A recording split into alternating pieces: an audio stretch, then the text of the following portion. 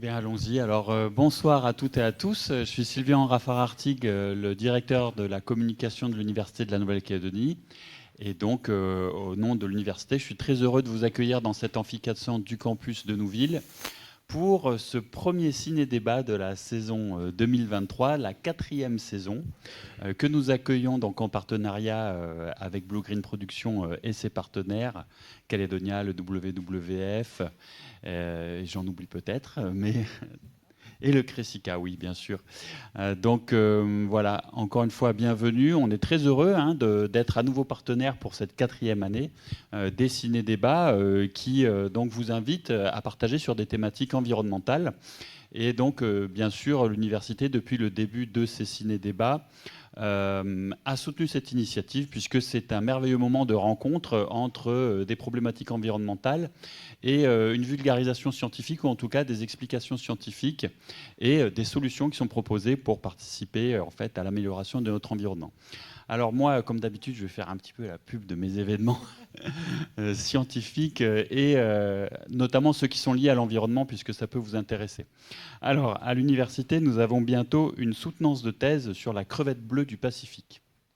Donc ce sera le 26 avril à 17h en amphi 400. Donc les soutenances de thèse sont ouvertes au public.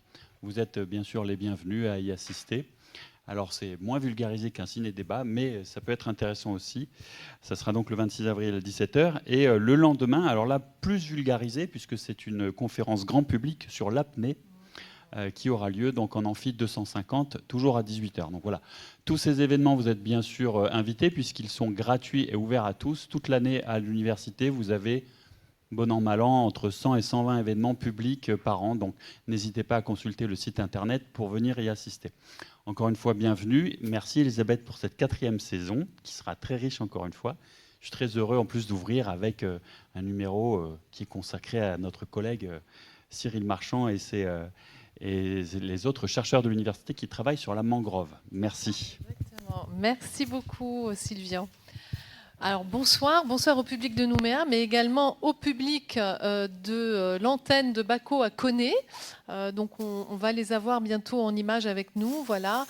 Donc bonsoir, merci d'être là. On a donc repris les duplex pour nos ciné-débats pour la plupart. Il n'y a que celui du mois de mai qu'on pourra pas faire parce que l'amphi de Baco n'était pas disponible. Mais on a vraiment la volonté avec Calédonia, l'université, le Cressica et tous nos autres partenaires, bien sûr, de rendre ces ciné-débats disponibles aux gens du Nord, d'avoir vraiment une dimension pays où les gens de Koné ne soient pas obligés de descendre à Nouméa pour participer à ces soirées. Donc, on a aussi un intervenant de la province Nord qui est sur place, mais je vous présenterai tous les intervenants après la diffusion du film. D'abord, je voudrais juste vous rappeler que la soirée est filmée en intégralité par Calédonia dans le cadre de Calédonia Conférence, qu'elle sera diffusée le samedi 29 avril à 10h et à 14h sur Calédonia. Et comme d'habitude, elle sera disponible en replay permanent sur le site de la chaîne. Donc cette année, la saison 4 d'Empreinte, elle a quelques nouveautés. Elle intègre beaucoup plus la science dans l'émission directement et pas seulement au ciné-débat. Donc c'est pour ça que Sylvian nous disait tout à l'heure que là on avait 2 chercheurs, donc Cyril Marchand et sa doctorante Sarah Robin qui sont à l'image et qui seront également à la chaire. Donc je vais vous faire poser un petit contexte sur la mangrove. Alors, une petite question, quel est le site de mangrove parmi les plus connus dans le monde? Un beau symbole. Voilà, le cœur de veau. Alors, c'est le cœur de veau qui a rendu célèbre, donc a été rendu célèbre par Yann Arthus Bertrand en 1999 lorsqu'il a fait la couverture de son livre La Terre vue du ciel, qui était un inventaire des plus beaux paysages du monde. Donc, c'était un honneur quand même pour nous d'avoir cette photo. Et malgré tout, à la même époque, c'était quand même un écosystème mal aimé et maltraité, considéré comme une zone de marécage insalubre et remplie de moustiques, dans laquelle on n'hésitait pas à jeter, et même toujours un peu aujourd'hui, nos déchets, voire les déchets les plus dangereux.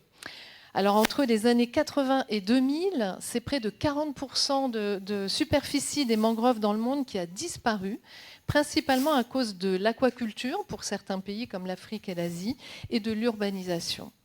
Mais il y a eu un événement dans les années 2000, en 2004 précisément, il y a eu le tsunami en Asie du Sud-Est. Donc on connaît ses conséquences. Et en fait, on a pu observer que les zones de littoral où il y avait de la mangrove avaient été beaucoup moins impactées que les zones où il n'y en avait pas. De ce fait, la mangrove a un petit peu plus attiré l'attention. On a mis le focus, on a commencé à préserver les mangroves dans le monde, mais surtout on a commencé à les étudier. Résultat, eh bien, 20 ans après, la mangrove continue de disparaître, mais moins et moins vite. C'est déjà pas mal. Malgré tout, l'urbanisation, elle continue. Donc forcément, on continue à raser un peu de mangrove. Donc ce soir, on propose de découvrir cet écosystème absolument remarquable, plein de surprises, pour lequel on va vous révéler quelques secrets, d'où le titre. Donc, quels sont les rôles de la mangrove? Quelles sont ses capacités à protéger les autres écosystèmes de la pollution? Est-ce que c'est une forêt facile à restaurer? Et que faut-il faire pour la préserver? Eh bien, c'est à ces questions qu'on va répondre donc, dans cet épisode d'Empreinte. Voilà. Bonne projection. On se retrouve tout à l'heure avec les intervenants pour débattre. Merci Elisabeth.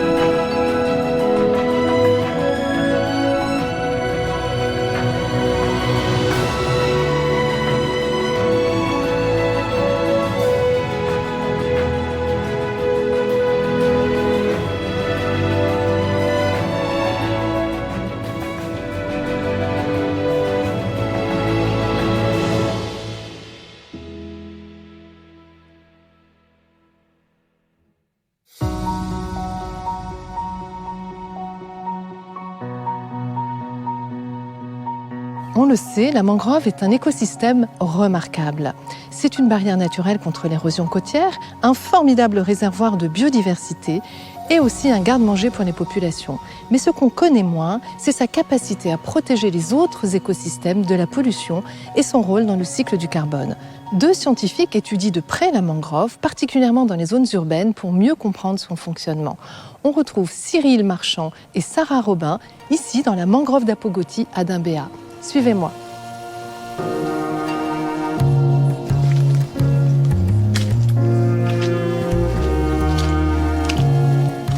Vous êtes où? On est par là. Ah oui, ça y est, je te vois. Bonjour Cyril, ça va? Bonjour, bienvenue dans ma mangrove. Ah, merci.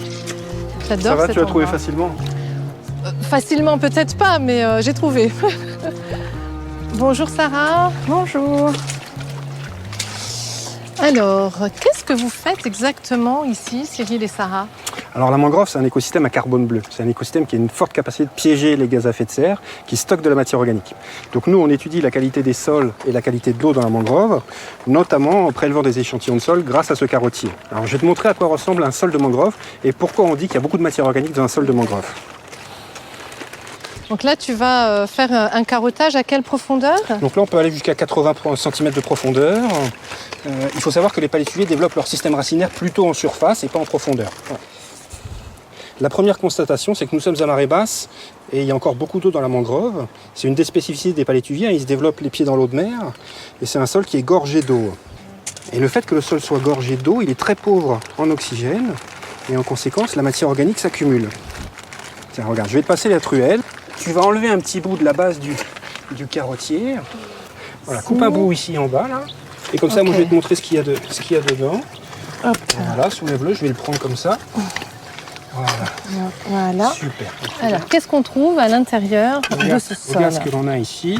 c'est quasiment que de la fibre organique. Il y a très peu de matière minérale. Ça, c'est un morceau de racine de C'est palétuvier. un morceau de racine de palétuvier.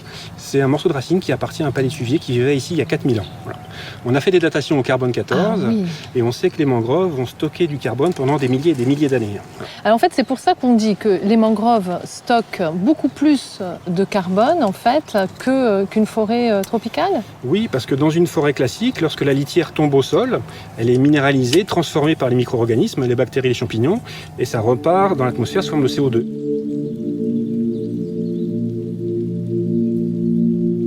Alors on ne trouve pas que de la matière organique dans le sol de la mangrove, on trouve également d'autres choses que tu étudies, Sarah. Oui, exactement. Moi, j'étudie les contaminants dans la mangrove. Qu'est-ce que c'est les contaminants ? Les contaminants, en fait, c'est tout ce qui n'est pas naturel à la mangrove.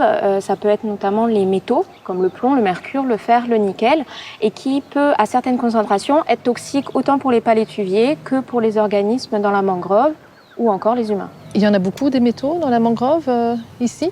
Alors ça dépend, c'est ce que je cherche à étudier. Dans la mangrove urbaine, on va retrouver des métaux qui sont liés justement à l'urbanisation. Ça peut être le cuivre, ça peut être le zinc. Dans les mangroves qui sont en aval de bassin versant latéritique, on va retrouver plutôt du fer et du nickel. Ces métaux sont de base essentiels pour les palétuviers. À certaines concentrations, cela peut devenir dangereux. Alors quel est le lien entre la matière organique et les contaminants ? La matière organique, elle a une capacité à absorber les contaminants et donc un sol de mangrove qui est très riche en matière organique a une capacité importante à stocker les contaminants dans son sol. Alors si je comprends bien, lorsqu'on détruit de la mangrove, on libère à la fois des tonnes de CO2 dans l'atmosphère, mais aussi ces métaux lourds qui sont piégés ici, donc qui sont libérés à la fois dans le lagon et dans les rivières. Exactement. Lorsqu'on rase de la mangrove, lorsqu'on détruit de la mangrove, on se prive déjà d'un piège à CO2 et toute la matière organique qui est dans le sol va être oxydée, va repartir sous forme de CO2 vers l'atmosphère et les métaux qui étaient avec cette matière organique vont se retrouver dans les rivières et dans le lagon, potentiellement biodisponibles, donc accessibles par les poissons, les crabes et ensuite intégrés à la chaîne alimentaire. D'accord. Alors Sarah, comment est-ce qu'on fait pour savoir s'il y a des métaux, enfin des contaminants dans cette carotte et quel type de contaminants ? Eh bien, je vais te montrer déjà. Tu vas prendre ces gants, tu vas m'aider. Donc la première étape, ça va être de regarder les paramètres du sol qui vont avoir un lien avec les métaux. Donc ça peut être le pH, la salinité. Là, Cyril va prendre le taux d'oxygène dans le sol.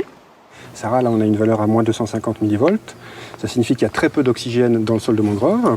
Donc une fois qu'on a fait cette mesure, on va prélever un peu de sédiments qu'on ramènera au laboratoire pour faire des analyses. D'accord. Pour les teneurs en métaux, mais aussi d'observation en microscopie électronique. Voilà. Donc ce qu'on va faire, c'est qu'on va découper un morceau de carotte, et puis je te laisse le prendre si tu veux, pour le mettre dans le sachet. Voilà, très bien. On voit bien plein de fibres végétales à l'intérieur. Donc ce qu'on va faire, c'est qu'on va insérer à l'intérieur du sédiment cette petite micro-seringue que l'on va mettre en dépression. Merci Elisabeth. Et on va avoir de l'eau qui va normalement arriver dans la seringue. Cette eau, on va la mettre dans un tube pour l'analyser au laboratoire. D'accord. Et ce que je peux te proposer également, c'est de mesurer la salinité sur cette eau. Puisque nous sommes dans la mangrove c'est de l'eau de mer et un peu d'eau douce. Un travail qu'on fait sur le terrain avec un instrument qui s'appelle un réfractomètre. Tiens, tu vas le tenir. Voilà, je vais mettre une petite goutte d'eau sur le réfractomètre. Toc, on le referme en douceur, tu vas regarder dedans et tu vas voir une limite entre du bleu et du blanc. Ah oui, effectivement. Ouais. Alors je suis un peu au-dessus de 1020. 1020, alors il y a deux échelles, une sur la gauche, une sur la droite. Alors ça c'est à gauche et à droite je suis à 30. À 30, voilà. Alors ça veut dire quoi? 30, qu'est-ce que ça signifie? L'eau du lagon, elle a une salinité à 35. Ça veut dire qu'on est un peu en dessous de l'eau du lagon, c'est normal. On est en période La Niña, il pleut beaucoup, il pleut là même actuellement. Donc ça limite la salinité du sol, ce qui est favorable à la croissance des palétuviers. Bon alors peut-être qu'il est temps de passer à la phase suivante parce que là il commence à pleuvoir. Tout à fait, je te propose de ramener ces échantillons au laboratoire et les analyser, notamment au microscope électronique, pour regarder les métaux dans cette carotte. D'accord, eh bien allez, on y va.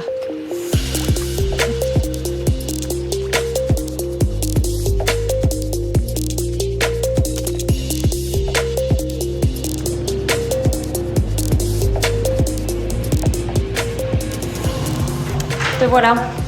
Bon, c'est bien sécurisé hein, ici. Ouais, c'est un laboratoire. Ta blouse? Ok, je m'équipe et je te suis. Je t'invite. Donc on arrive dans la salle de microscopie électronique. où je vais pouvoir observer mon échantillon de sol que l'on a récupéré tout à l'heure au microscope. Donc je vais prendre un peu de sol sec que je vais placer sur mon portoir. On va le coller pour pas qu'il s'envole dans le microscope. Voilà.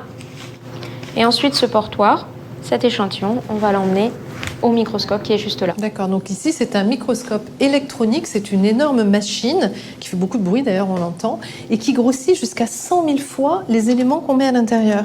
Exactement, et en plus l'avantage c'est qu'il y a un détecteur qui va permettre de voir la chimie de notre échantillon, c'est-à-dire de voir où se situe le fer par exemple dans notre sol. D'accord, donc c'est ce qu'on va regarder là à l'écran. Exactement. Ok. Donc là, par exemple, on a une image de notre échantillon qu'on a mis dans notre microscope et on observe une sphère très intéressante. Donc on va regarder de quoi est composée cette sphère. On observe que c'est du fer et du soufre, ce qu'on appelle la pyrite. C'est probablement une sphère de pyrite. D'accord, donc la pyrite, c'est ce mélange des deux éléments, mais qui est naturellement présent dans la mangrove. Exactement. Dans la mangrove, ça va se former. Et l'avantage de la pyrite, c'est que c'est un très bon absorbant de métaux. Donc les métaux vont se stocker au sein de ces sphères de pyrite. Là, par exemple, on voit que dans cette pyrite, il y a du nickel. Tous les points blancs que tu vois, c'est du nickel. Alors Sarah, ce qui m'intéresse de savoir, c'est tous ces métaux qu'on retrouve dans le sol de la mangrove. Qu'est-ce que les arbres en font? Parce que forcément, ils en absorbent une partie. Oui, en effet. Donc tous les métaux ne sont pas absorbés, parce qu'ils ne sont pas absorbables, mais tout d'abord, par les racines, les palétuviers vont pouvoir absorber des métaux du sol. Oui. Donc là, c'est une racine de palétuvier. Et tu vois, il y a plusieurs compartiments dans cette racine. Ce qu'on a pu observer au microscope, c'est que les métaux allaient être principalement concentrés au niveau de l'épiderme, c'est-à-dire l'écorce, entre guillemets, ce qui permet aux arbres de ne pas avoir de métaux qui passent dans le cœur de la racine et qui se transfèrent ensuite vers les feuilles où il y a des processus vitaux comme la photosynthèse qui se déroulent. Alors, finalement, il se protège l'arbre Exactement. en stockant les métaux dans son écorce. C'est une barrière contre les métaux. Est-ce qu'on trouve d'autres choses que les métaux dans le sol de la mangrove? Oui, alors malheureusement, j'ai envie de dire, on peut observer des microplastiques au microscope. Donc je vais te montrer une photo. Donc voilà, ça c'est du sol. Et là, tu vois des microplastiques au sein d'une mangrove qui est pourtant plutôt en bon état, je dirais. C'est une mangrove de référence. Oui, donc vraiment, la mangrove, elle joue bien son rôle de filtre de contaminants. Oui, c'est pour ça qu'il faut la protéger et la restaurer.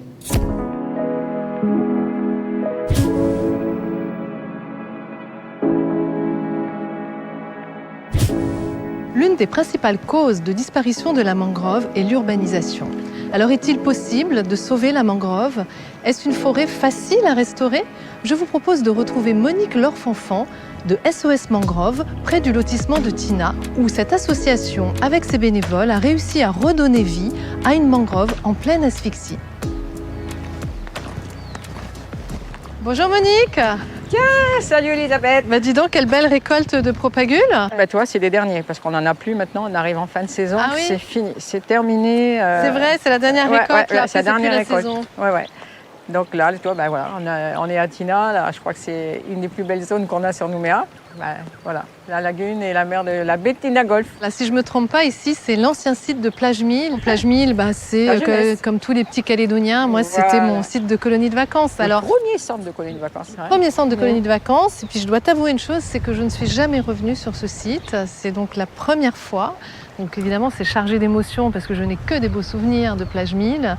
Mais par contre, je ne reconnais pas la zone. Elle a complètement changé. Qu'est-ce qui s'est passé ici? Il s'est passé qu'il y a eu un remblai de 5 hectares de mangroves, disons, pour faire le golf à l'époque, quoi. Parce que c'était ça. C'est l'urbanisation qui a modifié ce de la ville qui a fait que. Et disons que toute cette zone que tu connaissais en bord de mer, ça a été remblayé pour faire un golf extra XXL qui, en fin de compte, n'a pas été XXL à l'époque, puisque maintenant il est réduit à ce stade-là. Mais tout ça, ça a été abandonné. Donc Et- ici, la mangrove, elle a été détruite. Détruite donc. complètement. Et là, 5 je hectares. vois par contre qu'il y a plein de jeunes plants partout. Ça, c'est vous qui l'avez C'est replanté? notre travail justement voilà, de replantation, de restauration de cette zone qu'on essaye de faire depuis maintenant 2017-2018, où on s'est aperçu que vraiment il y avait un gros problème, si tu veux, de mortalité. Cette zone elle a tellement été chamboulée qu'elle n'arrivait pas à reprendre, si tu veux, son... Enfin, on ne peut pas parler d'origine parce qu'on ne peut pas revenir aux origines, mais disons que nous, on aurait aimé retrouver quelque chose un petit peu qui ressemble à ce qu'on avait connu, parce que moi aussi, je l'ai bien connu. Oui. Voilà, voilà. Donc c'est pour ça qu'on a initié, tu vois, cette plantation là-bas dans le fond, là, sur le Platier, où il y en avait avant, donc on a essayé, ça a marché. Et ça, c'est la petite dernière, celle-là. Cette lagune de sable et de cailloux n'existait pas puisque c'est arrivé au moment de l'Iran, du dernier gros cyclone. D'accord. Tout a été chamboulé dans la baie. On s'est aperçu que là, ça restait. On s'est dit, moi, je vais tenter le coup. Donc après, on a vraiment mis en pépinière. Voilà ce que je vais te faire voir après derrière. Ah, c'est pour ça que tu ramasses tous ces propagules, Je c'est pour les remplis mettre tout dans ça. la pépinière? Voilà, Bon, c'est ben, ça. je peux peut-être Tu veux me t'aider. filer un coup de main, Ah, ouais. allez, et puis Bah, on remet tout on va là-dedans. ramener tout ça.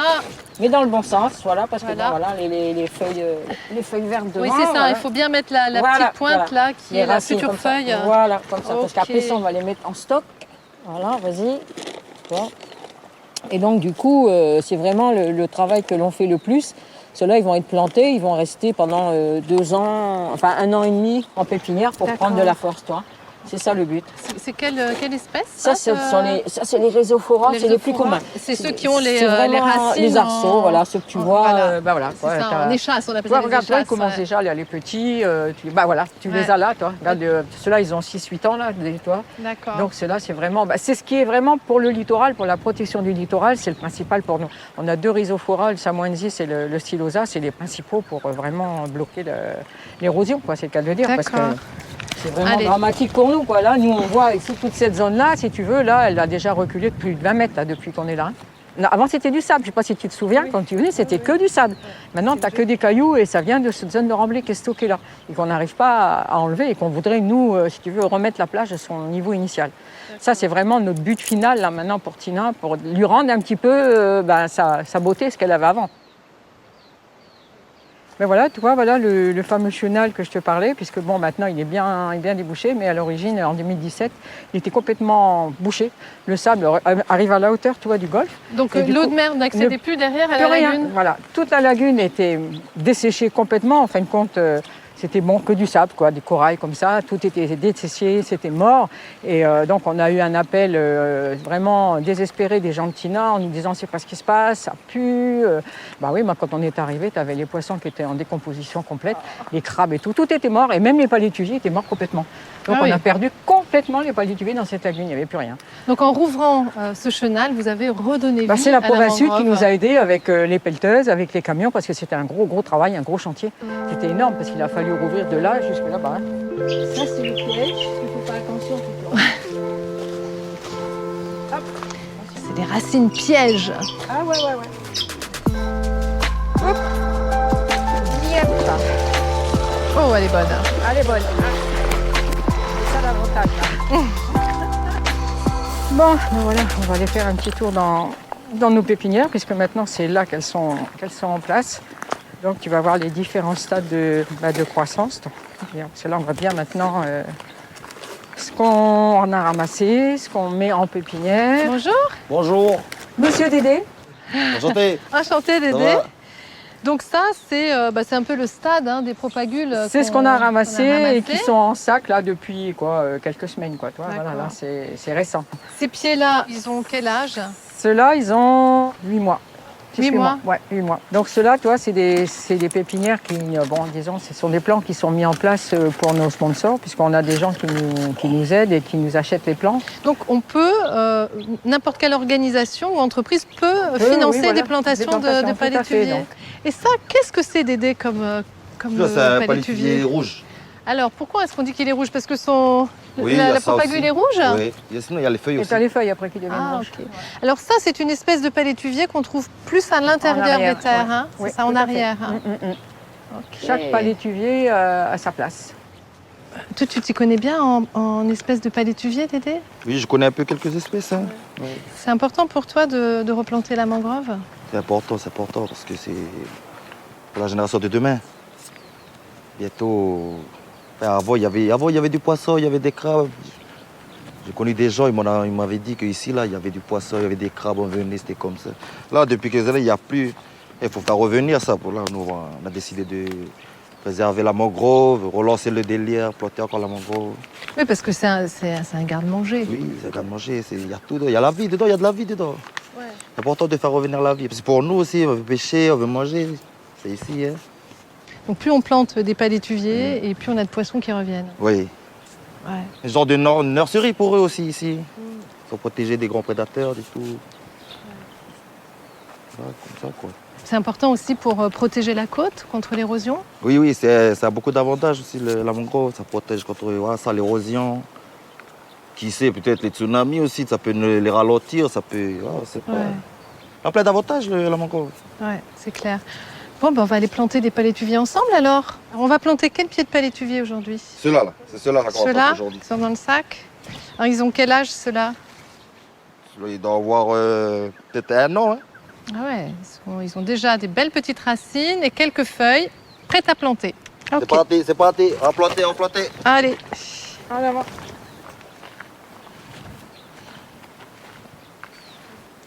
Bon, ben voilà, toi, on arrive sur la zone où on va un petit peu replanter. Puis cette zone-là, ben voilà, c'était ce que je te parlais. Quand on l'a découverte, elle était complètement morte. Tout ce que tu vois là, il n'y avait plus rien. En tout cas, bravo, vous avez fait un travail incroyable. Hein, parce 3000 que, plants. 3000 plants. c'est quand même pas mal. Il y a de la vie, quoi. En l'espace 2018-2023, toi. Alors, bon, ben, les garçons ont déjà préparé Les trous. les trous. Merci beaucoup.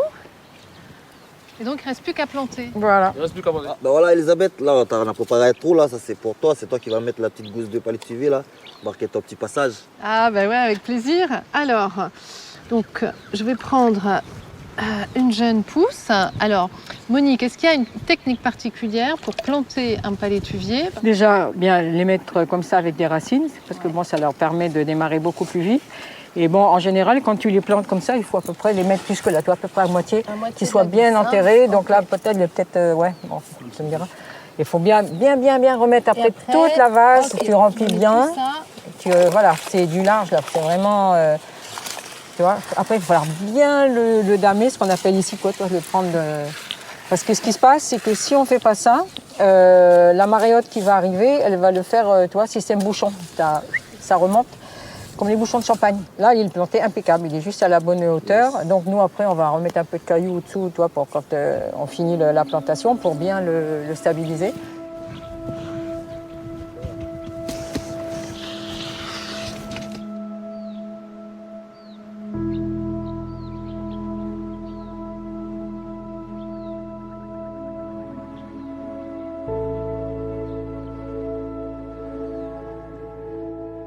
Les mangroves sont un précieux partenaire des populations côtières auxquelles ces forêts rendent de nombreux services. Alors que faire pour les préserver? Rendez-vous dans la mangrove de Wemo avec Hubert Géraud, notre expert conservation et plaidoyer du WWF pour répondre à cette question.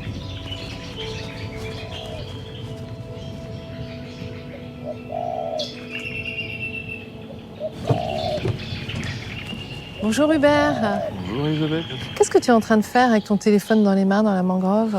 Je suis en train de m'amuser. Je découvre une application ROM pour le réseau d'observation des mangroves en Outre-mer et qui me permet de mettre des noms sur les palétuviers, mais également sur des poissons, des oiseaux, etc. D'accord, donc c'est un outil de découverte en fait de la mangrove. Alors pas seulement, ça c'est déjà sympa, mais ce qui est plus intéressant, je trouve, c'est qu'on peut signaler une perturbation. Donc par exemple, là je suis géolocalisé, et si jamais je vois, donc il y a des petites icônes, des déchets, une pollution, une nappe d'hydrocarbures, de la mortalité de palétuviers, des maladies, des espèces envahissantes, etc. Je clique également sur l'icône, je mets des informations supplémentaires, je peux même faire des photos, et j'envoie. Alors qui réceptionne ces signalements et puis à quoi servent-ils? Ce sont avant tout les animateurs créateurs de l'application, donc l'UICN, le Conservatoire du Littoral, mais ce sont aussi les gestionnaires des collectivités en fonction de la localisation où on se trouve, qui peuvent aller récupérer ces observations. Et dans le cadre de l'amélioration de l'application, il est prévu que ces observations, en fonction de là où on signale, aille directement dans la boîte mail d'agents de la collectivité en charge de la protection de la mangrove. Alors Hubert, les mangroves rendent de nombreux services aux populations côtières. Est-ce qu'on a évalué la valeur monétaire de ces services? J'ai quelques éléments de réponse à la Maison de la Biodiversité. Ah ben on y va alors. Ok.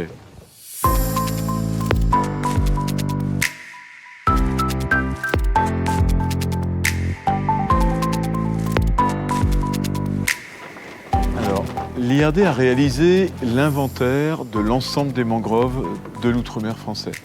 Alors bien sûr, la Guyane a récupéré la part de Lyon, plus de 50 000 hectares. Mais en deuxième position, on a trouvé La Nouvelle-Calédonie. exactement avec 30 000 hectares à peu près. Donc l'étude est extrêmement intéressante parce qu'elle ne fait pas que faire l'inventaire des surfaces de forêt, de mangroves. Elle a également évalué la valeur économique des services rendus par ces mangroves. Et ça, c'est intéressant parce que ces services, ils sont assez divers. Tu as par exemple le service de purification de l'eau, avec son rôle de filtre. Tu as le service alimentaire, la mangrove nous nourrit, la biomasse produite, de poissons, de crustacés, etc. La mangrove capte le carbone de l'atmosphère, et c'est une énorme pompe à carbone. Et également, la mangrove protège nos côtes. Et ça, c'est important pour les Calédoniens. Et c'est évalué. À 52 milliards de francs pacifiques par an. Ouais. C'est Donc énorme. c'est pas rien, c'est pas le billet de 1000. C'est vraiment considérable.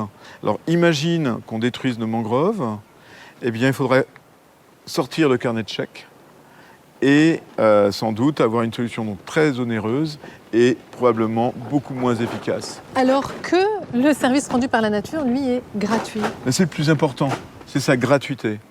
Regarde par exemple aux Maldives, ils avaient des récifs coralliens, ils les ont détruits. Pour protéger la côte, ils ont été obligés de faire un mur de tétrapodes de béton pour casser la houle. 10 000 $ le mètre linéaire. Alors c'est coûteux et c'est pas du tout esthétique. Exactement. Et alors ce qui est intéressant ici en Calédonie, c'est que la mangrove, elle joue un rôle gagnant-gagnant avec le récif corallien pour nous assurer la protection de la côte. Parce que comme je te le disais, la mangrove, elle purifie l'eau. C'est-à-dire que les eaux qui viennent de la Grande Terre, qui se déversent dans le lagon, elle va réussir à capter une partie de toute la boue qui est contenue dans l'eau et offrir une eau de belle qualité au lagon. Et donc les récifs coralliens sont en meilleure santé. Et un récif en bonne santé va davantage casser la houle qui vient du large et qui menace nos côtes. Et ensuite, eh bien, la mangrove, en deuxième position, va finir le travail. Alors entre les récifs et les mangroves, on a là deux systèmes extrêmement efficaces pour protéger nos côtes. Alors quelles sont les recommandations, Hubert, pour préserver cette mangrove? Je pourrais t'en donner trois principales. Ne pas la détruire, ne pas la polluer et mieux la comprendre. Ne pas la détruire parce que on ne sait pas, on sait replanter de la mangrove, on ne sait pas refaire véritablement une mangrove comme la nature l'organise. Donc quand il y a un projet d'aménagement, il y a une séquence qui s'appelle ERC, éviter, réduire, compenser l'impact. Et souvent, on fait un petit E, un petit R, et puis un gros C, on dit on va payer, on ne veut pas changer le projet, et on paye au bout tant de palétuviers. Et ce qu'il faut, c'est tout de suite optimiser le E, éviter l'impact de destruction de la mangrove. S'il y a une obligation d'y toucher un peu, il faut que l'impact, on le réduise au maximum. C'est le grand R. Et seulement en fin de chaîne, ce qui n'aura pas pu être évité ou réduit, eh bien on le compense. Deuxième message, donc ne pas la polluer. Elisabeth, est-ce que tu fais tes courses dans une décharge? Ben non. Est-ce que tu jettes tes déchets dans ton frigo? Oh non. Ben, c'est pourtant ce qu'on fait avec la mangrove. C'est-à-dire, on jette nos déchets et pourtant, on va y chercher à manger. Donc, on n'est pas cohérent. Ouais. Donc là, à un moment, il va falloir choisir pour notre santé, pour la santé de la mangrove et pour la nôtre, quel choix on fait. Et puis enfin, mieux la comprendre. Parce que quand il y a un problème que nos collectivités rencontrent et qu'elles se tournent vers les chercheurs pour avoir des solutions, eh bien, si on n'a pas soutenu la recherche pendant des décennies pour comprendre le vivant, pour comprendre les espèces et les écosystèmes, eh bien, la science ne sait pas forcément répondre aux questions du gestionnaire. Donc il faut qu'on anticipe sur les problèmes et qu'on donne les moyens à la science de comprendre le vivant et de comprendre nos mangroves. D'accord. Et puis on peut tous participer encore à cette échelle citoyenne en étant l'œil de la mangrove grâce à l'application que tu m'as présentée tout à l'heure, l'application Roam, voilà, que j'invite tout le monde à la télécharger sur son smartphone. Merci Hubert. Merci Elisabeth.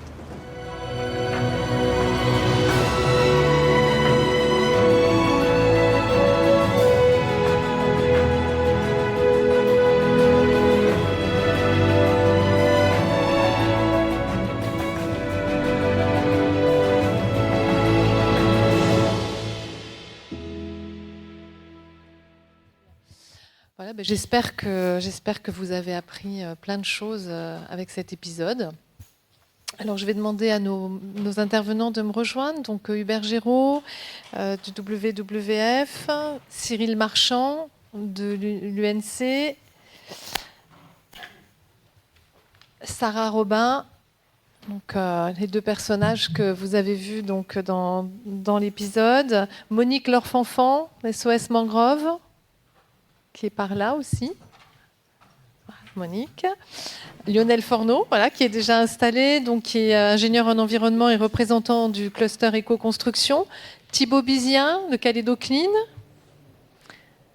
Emmanuel Couture, donc chargé de mission conseil scientifique à la province Sud.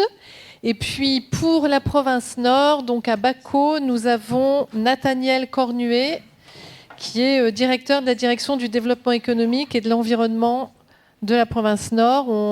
On va vous voir tout de suite. Alors bon, on a un petit souci technique qui va être réglé rapidement.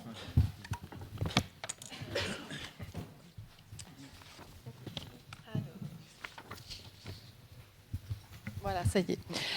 Alors, peut-être pour commencer, avant de vous laisser la parole, parce que j'espère que vous avez plein de questions à poser à nos intervenants, est-ce qu'on pourrait faire, Cyril, un petit état des lieux des mangroves de Nouvelle-Calédonie? Déjà, où trouve-t-on des mangroves en Nouvelle-Calédonie? Parce qu'il n'y en a pas partout.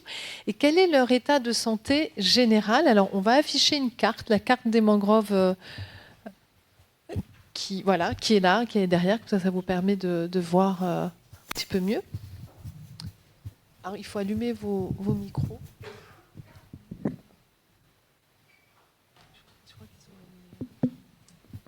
Oui, il est allumé. Bonsoir à tous. Merci Elisabeth. Alors, nous trouvons des mangroves un peu partout sur le territoire. 88% de la côte ouest est colonisée par de la mangrove. Et on a aussi pas mal de mangroves sur la côte est. Cependant, il existe une différence importante. Les climats... Je dis les climats parce que nous avons différents climats en Nouvelle-Calédonie. Nous avons un climat tropical humide sur la côte est, parce que du fait des alizés, les précipitations arrivent de l'est et puis se déversent sur la côte est. Et donc ces précipitations font que le stress dans la zone intertidale, là où se développent les mangroves, le stress est moins important. Donc on a une biodiversité plus importante. On trouve plus d'espèces de palétuviers sur la côte est. Cependant, du fait du relief, de la géomorphologie abrupte, les espaces sur lesquels les mangroves pourraient se développer sont limités. Donc on a moins de superficie de mangroves sur la côte est, mais on a une biodiversité plus importante. Alors que sur la côte ouest, on a de grands espaces, de vastes plaines qui sont colonisés par la mangrove. Et donc 88% de la côte ouest est colonisée par de la mangrove. Cependant, sur la côte ouest, on a un climat semi-aride. Et les palétuviers vont souffrir de la sécheresse et on va avoir des palétuviers de petite taille qui peuvent faire entre 1 mètre et 4 mètres, alors qu'en climat tropical humide, ils pourraient faire une quinzaine de mètres. Oui, d'ailleurs, si on prend des mangroves comme celle de la rivière Salée, par exemple, on a des arbres qui sont immenses. Alors ça, c'est une spécificité des mangroves urbaines, effectivement, puisque du fait de la bétonisation des zones urbaines, les eaux des précipitations vont s'infiltrer dans le sol, vont ruisseler sur la chaussée, et ensuite, toutes les eaux pluviales sont relarguées quelque part, et bien souvent, ça arrive dans la mangrove.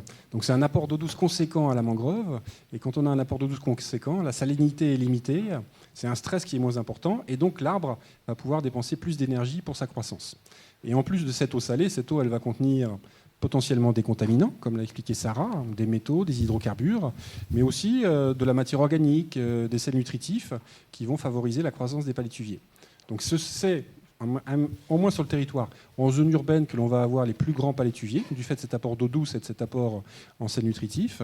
Mais ce n'est pas parce qu'on a de grands palétuviers que la mangrove est en bonne santé. D'accord, merci. Alors, on a parlé, en introduction, je rappelais les principales causes de disparition de la mangrove dans le monde. Qu'en est-il en Nouvelle-Calédonie? Parce que les causes sont différentes. Ici, l'aquaculture n'a pas l'impact qu'elle peut avoir dans d'autres pays. Donc, quelle est la première cause de destruction de la mangrove ici? Alors, sur le territoire, c'est effectivement l'urbanisation. On a eu besoin de place, mais c'est le cas... Elisabeth le disait, la première cause de disparition pendant longtemps était l'aquaculture, parce que ce sont des crevettes d'eau de mer. Donc on rasait des palétuviers pour faire des bassins aquacoles. Et si les pratiques n'étaient pas bonnes, au bout de 2-3 saisons, on rasait la mangrove à côté, et ainsi de suite. Donc de grands estuaires, de grands deltas, notamment en Asie Sud-Est, en Amérique du Sud, ont été détruits pour ces bassins aquacoles. On n'a pas fait ça en Nouvelle-Calédonie, heureusement. Mais maintenant, la principale menace, c'est effectivement l'urbanisation combinée à la hausse du niveau des océans. C'est le cas partout dans le monde. Les gens migrent sur le littoral. On a une croissance démographique dans les pays tropicaux, là où il y a de la mangrove, qui est vraiment très importante. Donc on a besoin de routes, on a besoin d'infrastructures, on a besoin d'hôpitaux, on a besoin d'écoles. On les fait sur le littoral et on détruit la mangrove. Donc ça est la principale cause de destruction de la mangrove, puisque sur le territoire, avec nos 270 000 habitants, on a quand même un environnement qui est très préservé. Donc les causes, ça peut être l'activité minière en aval des sites miniers, notamment des mines orphelines. On peut avoir une sursédimentation, donc des apports de terre rouge en quantité pendant les dépressions qui vont faire que les systèmes racinaires des palétuviers vont être asphyxiés et les palétuviers vont pouvoir mourir, et l'urbanisation. Mais c'est vraiment très faible comparativement aux pays d'Asie du Sud-Est, d'Amérique du Sud et d'Afrique. Merci beaucoup. Alors peut-être qu'avant de vous laisser la parole pour poser des questions, j'aimerais bien qu'on parle de la réglementation sur les mangroves. Sont-elles protégées? Oui, non, comment, où? Alors on a ce soir deux invités, un pour la province sud, un pour la province nord, puisque le code de l'environnement dépend des provinces. Donc Manuel Couture, est-ce que tu peux nous faire un petit état des lieux sur le code de l'environnement concernant les mangroves? Je vous demanderai la même chose, Nathaniel, pour la province nord. Ça fonctionne? Ah oui. Bonjour à tous. La mangrove est considérée comme un écosystème d'intérêt patrimonial. Donc elle est protégée en termes de fonctionnement et pas en termes d'espèces. C'est-à-dire qu'à chaque fois qu'il y aura un aménagement susceptible d'impacter la mangrove, il va falloir une évaluation avec la fameuse séquence dont a parlé Hubert dans le reportage, éviter, réduire, compenser, sachant qu'il faut que le fonctionnement de la mangrove ne soit pas mis en défaut avec cet aménagement. Donc ça ne la protège pas totalement parce qu'effectivement la coupe d'un individu, d'un spécimen d'arbre ne va pas impacter le fonctionnement de la mangrove et donc ça pose problème sur ce fameux grignotage, c'est-à-dire une diminution des surfaces de mangrove. Mais l'objectif est de préserver son fonctionnement.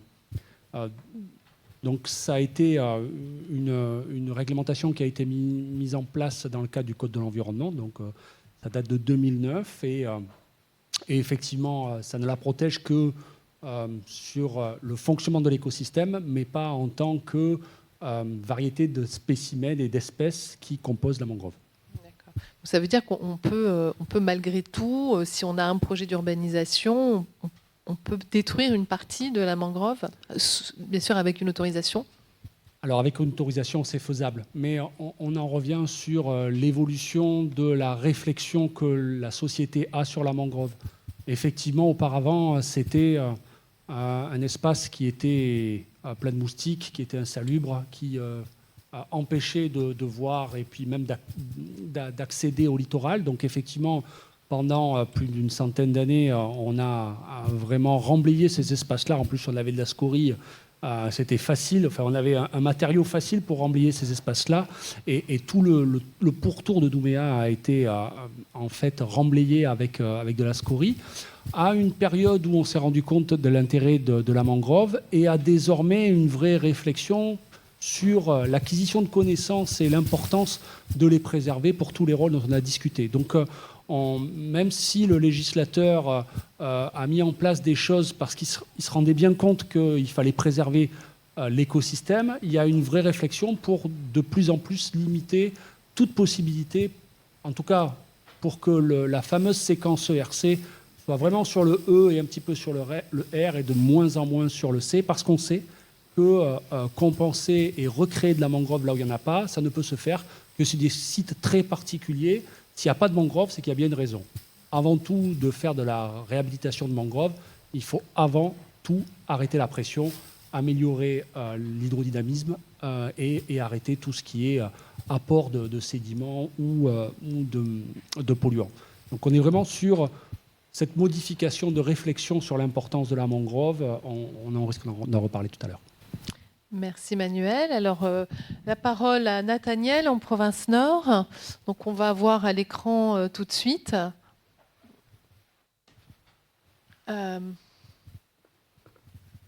Nathaniel, tu nous entends ? Ah. Est-ce que tu nous entends ? Ah oui, et nous on ne te voit plus.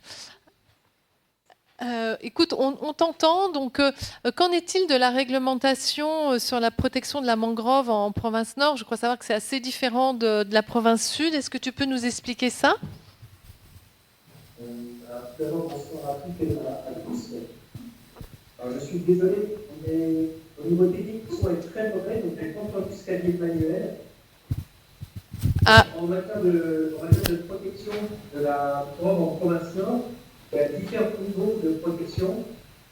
Le premier niveau va s'organiser au travers du Code de l'environnement qui va protéger notamment les différentes espèces présentes dans la mangrove, les espèces de palétuviers notamment, mais également les différentes espèces de poissons ou de crustacés, en fait, par exemple la pêche sur les huiles de palétuviers ou sur les crabes, qui sont tout aussi importantes que l'habitat. Les habitants de la mangrove doivent être protégés pour préserver l'écosystème dans son ensemble. Ça, on va dire, c'est un premier niveau de protection. Le deuxième niveau de protection va s'articuler autour du fait que la mangrove est systématiquement placée sur du domaine public maritime.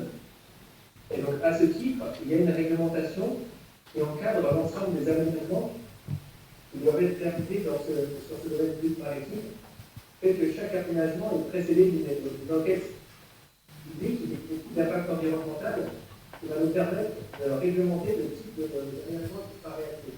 Étant entendu que ces 20 dernières années, la province a forcément un regard très attentif pour limiter au maximum les aménagements qui auraient pour conséquence d'impacter directement l'écosystème mangrove.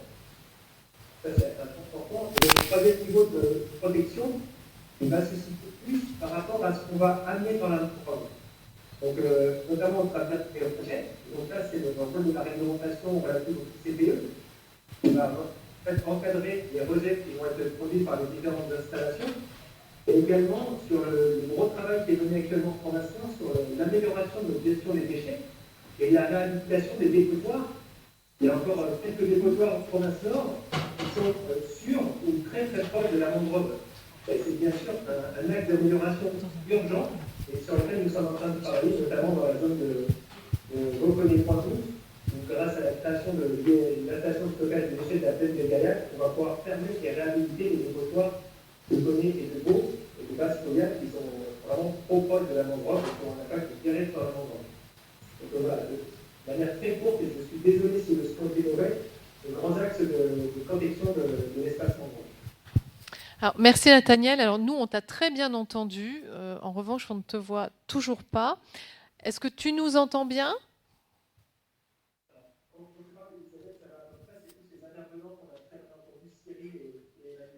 D'accord, très bien. Alors je vais vous demander à tous peut-être de parler un peu plus fort et plus près du micro.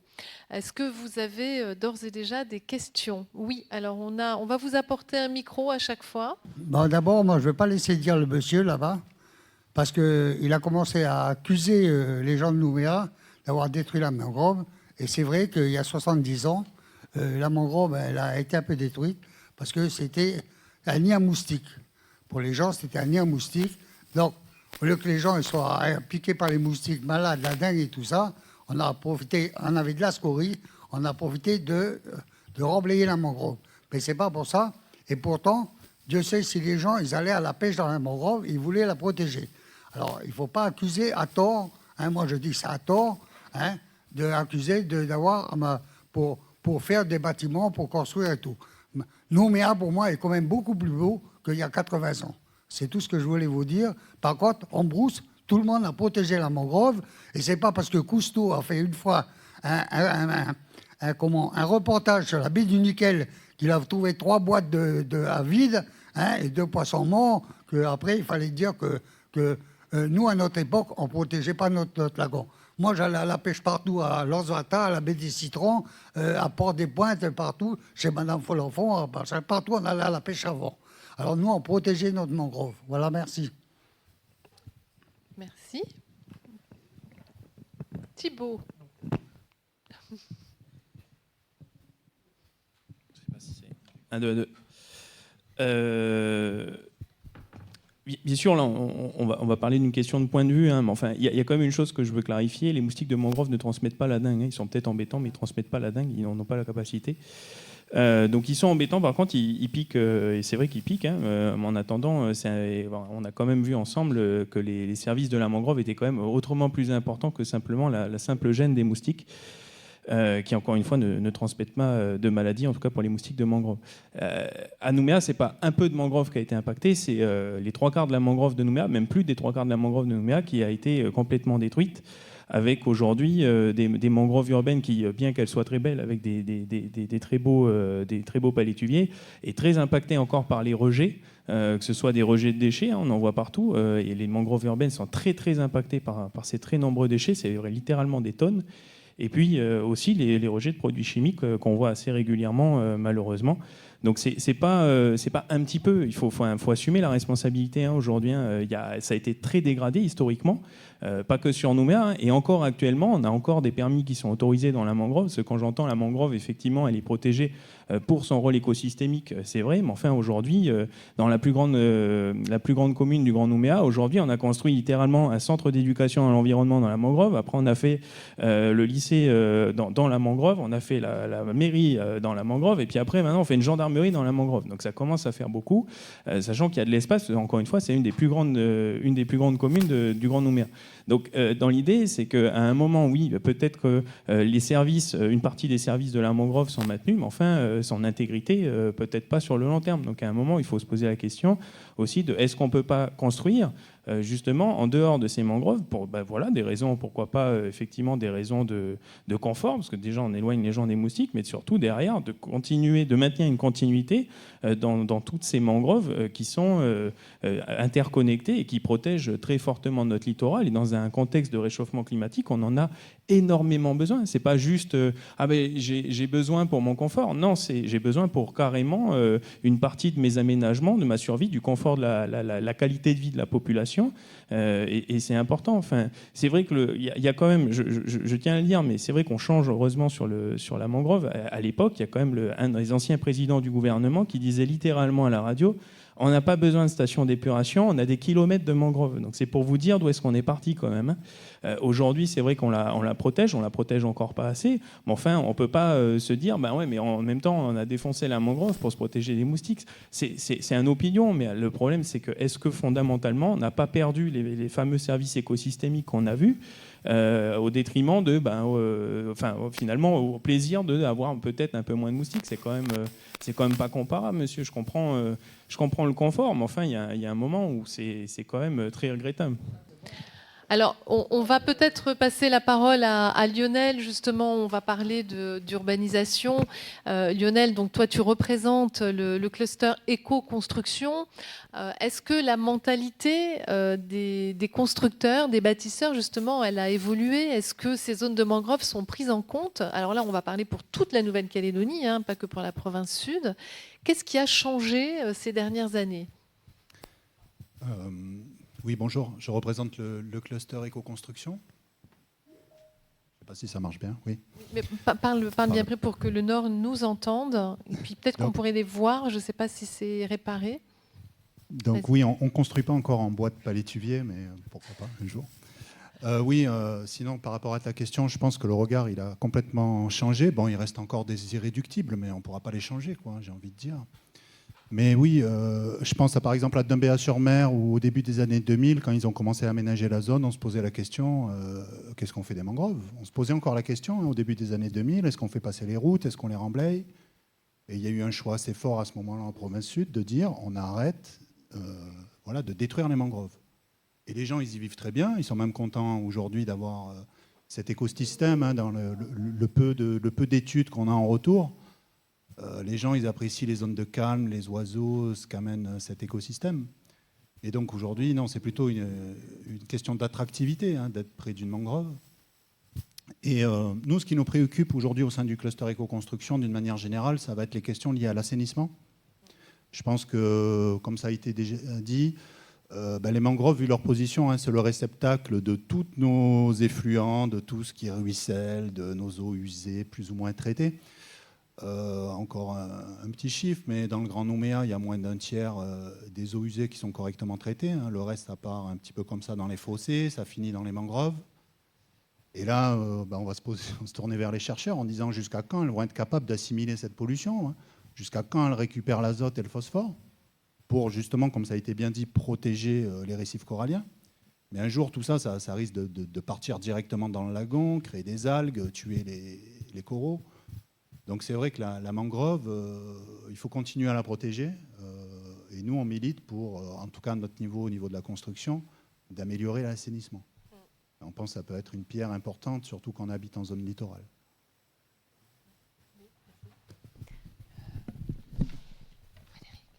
Parlant des mangroves urbaines, pendant le reportage, Sarah, justement, tu as distingué les apports de polluants, en tout cas les apports de métaux, entre les mangroves rurales, on va dire, et les mangroves urbaines. Et tu disais que dans les mangroves urbaines, c'est plutôt du chrome et du zinc, c'est ça ? Et pourquoi ? Qu'est-ce qui produit ces apports ? Je parlais de cuivre et de zinc, mais il y a plusieurs types de métaux. Le chrome en fait partie aussi.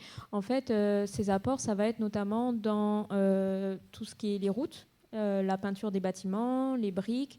En fait, tout ce qui est lié à l'urbanisation, il y a des métaux dedans. Par exemple, les pipes, les canaux où l'eau passe. Tuyaux de canalisation, etc. Il va y avoir du cuivre, ça va être fait en cuivre. Et donc, les eaux qui vont passer par ces tuyaux vont perdre un peu de leur cuivre et ça va se retrouver dans la mangrove.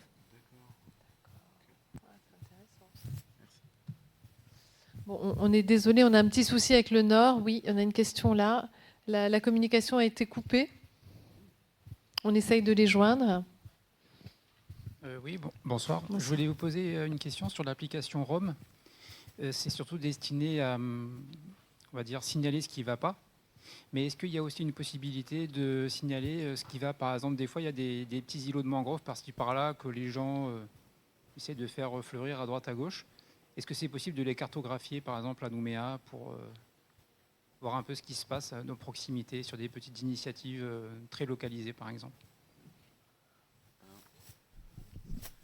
C'est une bonne question. Alors, je vais me tourner après vers la province sud par rapport à la cartographie des écosystèmes patrimoniaux, parce qu'il y a eu un premier inventaire spatialisé début des années 2000, vers 2006-2008, de mémoire. Il y avait Sabrina Virli qui travaillait avec Norman, le chercheur australien, et qui avait réalisé un premier inventaire.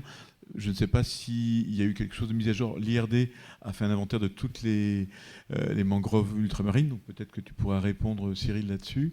Mais là, il n'y a pas, en effet, dans l'application, de ce que j'ai découvert récemment, il n'y a pas l'application, il n'y a pas la possibilité de détecter, en tout cas, il n'y a pas d'icône, dire, tiens, là, il y a de la mangrove, où il n'y en avait pas. Mais c'est intéressant, parce qu'on peut avoir une recolonisation et la signaler. On va faire remonter ça à l'UICN. Merci. Et une autre question aussi par rapport aux variétés de palétuviers. Est-ce que vous avez une classification qui dit, selon les variétés, ce qu'ils sont capables de retenir comme métaux ou comme polluants ?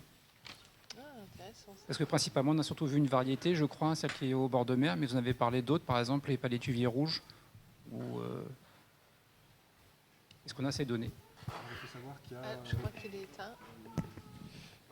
Il y a environ 60 espèces de palétuviers dans le monde. C'est peu pour un écosystème parce que l'environnement est très stressant.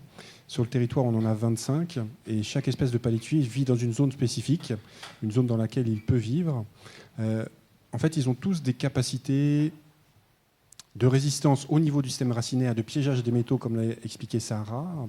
Ensuite, c'est plus la position dans la mangrove et le stockage dans le sol. Vraiment, la spécificité de la mangrove, le fait que le sol soit gorgé d'eau, cette préservation de la matière organique, c'est cette préservation de la matière organique et cette anoxie qui va piéger les contaminants dans le sol. Donc c'est plus lié à la nature du sol qu'à l'espèce de palétuvier. Lui, le palétuvier, il développe des capacités d'adaptation mais il n'a pas de capacité spécifique de piégeage pour les métaux. Par contre, effectivement, tous les palétuviers ont une forte capacité d'absorption des sels nutritifs. Parce qu'en zone littorale, les nitrates, les phosphates sont manquants, et dès qu'il y a un apport, le palétuvier va l'utiliser, effectivement. Donc oui, il faut plus d'études pour comprendre si on peut rejeter des eaux usées dans la mangrove. Il y a des choses qui ont été faites. Nous, on l'a fait ici sur le territoire, en aval des fermes aquacoles. Parce que les fermes aquacoles, justement, vont rejeter des eaux qui sont enrichies en matière organique, en nitrate, en phosphate. Pour une petite ferme, on sait que la croissance de la mangrove va être importante et qu'il n'y aura pas d'eutrophisation. L'eutrophisation, c'est quand des algues vont se développer dans l'eau. Ces algues, en se décomposant, vont consommer tout l'oxygène dans l'eau et ensuite il n'y aura plus de vie. Il n'y aura plus de poissons, il n'y aura plus de crabes, etc. Donc, pour de très grandes fermes, on observe des phénomènes de dégradation de la qualité de l'eau des sols et ensuite le palétuvier va mourir. Mais en fait, pour chaque étude, pour chaque type d'eau usée, en fait, il faudrait pouvoir quantifier pour 1 hectare de mangrove quelle est la quantité en tonnes par an que la mangrove pourrait piéger avant de le faire. Merci. D'autres questions? On est désolé pour la province Nord, mais on n'arrive plus à les joindre. On n'a plus de connexion, donc voilà, malheureusement, on n'a plus de duplex. Est-ce que vous avez d'autres questions? Oui, en haut. Bonjour. Est-ce qu'il y a des travaux en cours en Calédonie sur les quantités de carbone stockées dans le sol de la mangrove? Oui, effectivement, ce sont des travaux que je mène sur le territoire depuis 15 ans. Donc, moi, je suis géochimiste. J'ai développé un réseau d'observation de la capacité des mangroves à piéger les gaz à effet de serre en fonction de la latitude. Donc, on a fait des études à la fois dans le cœur de veau. Donc, quand on parle de stock de carbone dans un écosystème, on prend en compte à la fois le stock dans la biomasse, dans le tronc, dans les feuilles, le stock dans le système racinaire et puis le stock dans le sol. À la différence d'une forêt classique, c'est le stock dans le sol pour une mangrove qui est le plus important. Donc on est en capacité de le faire, on est en capacité de déterminer le stock. Et ensuite, quand on travaille sur le cycle du carbone, il faut également pouvoir déterminer un flux. Une mangrove, c'est comme une boîte, c'est comme en économie, il y a des choses qui rentrent et des choses qui sortent. Et donc on a des équipements qui permettent de quantifier en tonnes de CO2 par hectare de mangrove. On peut dire cette mangrove, sur une année, elle va avoir piégé tant de CO2. Donc on peut quantifier les stocks et on peut quantifier les flux, effectivement. Voilà. Sachant que, encore une fois, sur la côte ouest, du fait du climat semi-aride, cette capacité, elle est relativement faible. Par contre, comme on l'a montré sur la carotte, on sait qu'on a un stock de carbone sur plusieurs dizaines de centimètres, voire sur plusieurs mètres, avec de la matière organique qui date d'il y a plusieurs milliers d'années. Il y a 18 000 ans, le niveau des océans sur le territoire était 120 mètres plus bas. Il est remonté assez rapidement et ensuite, entre moins 6 000 ans et moins 2 000 ans, il est resté relativement stable.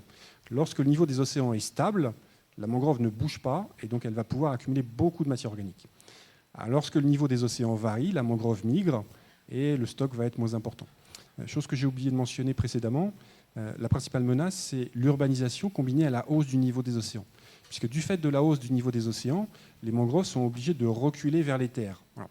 Actuellement, avec la hausse des températures, nous, scientifiques, on parle de migration vers les pôles. Dans l'hémisphère sud, la limite des mangroves, c'est à peu près Auckland. Et chaque année, en Nouvelle-Zélande, les mangroves migrent vers le sud de l'île du nord de la Nouvelle-Zélande. Mais chez nous, actuellement, on voit que la mangrove colonise vers les terres, elle remonte. La photo d'Ignatius Bertrand, prise au milieu des années 90, si vous la visionnez, au centre du cœur, le cœur est nu. Le cœur de veau, en fait, c'est une topographie positive, c'est une petite bosse en forme de cœur au milieu de la mangrove. Quand on est dans cette zone-ci, en fait, il y a tellement de sel que la végétation ne peut pas pousser. Mais avec la hausse du niveau des océans, les marées viennent plus souvent, la salinité dans le sol a baissé et les mangroves peuvent se développer. Donc les mangroves reculent vers les terres, mais avec l'urbanisation et le fait qu'on n'ait pas forcément anticipé ce déplacement des mangroves, l'espace pour qu'elles puissent reculer est reculé et est limité.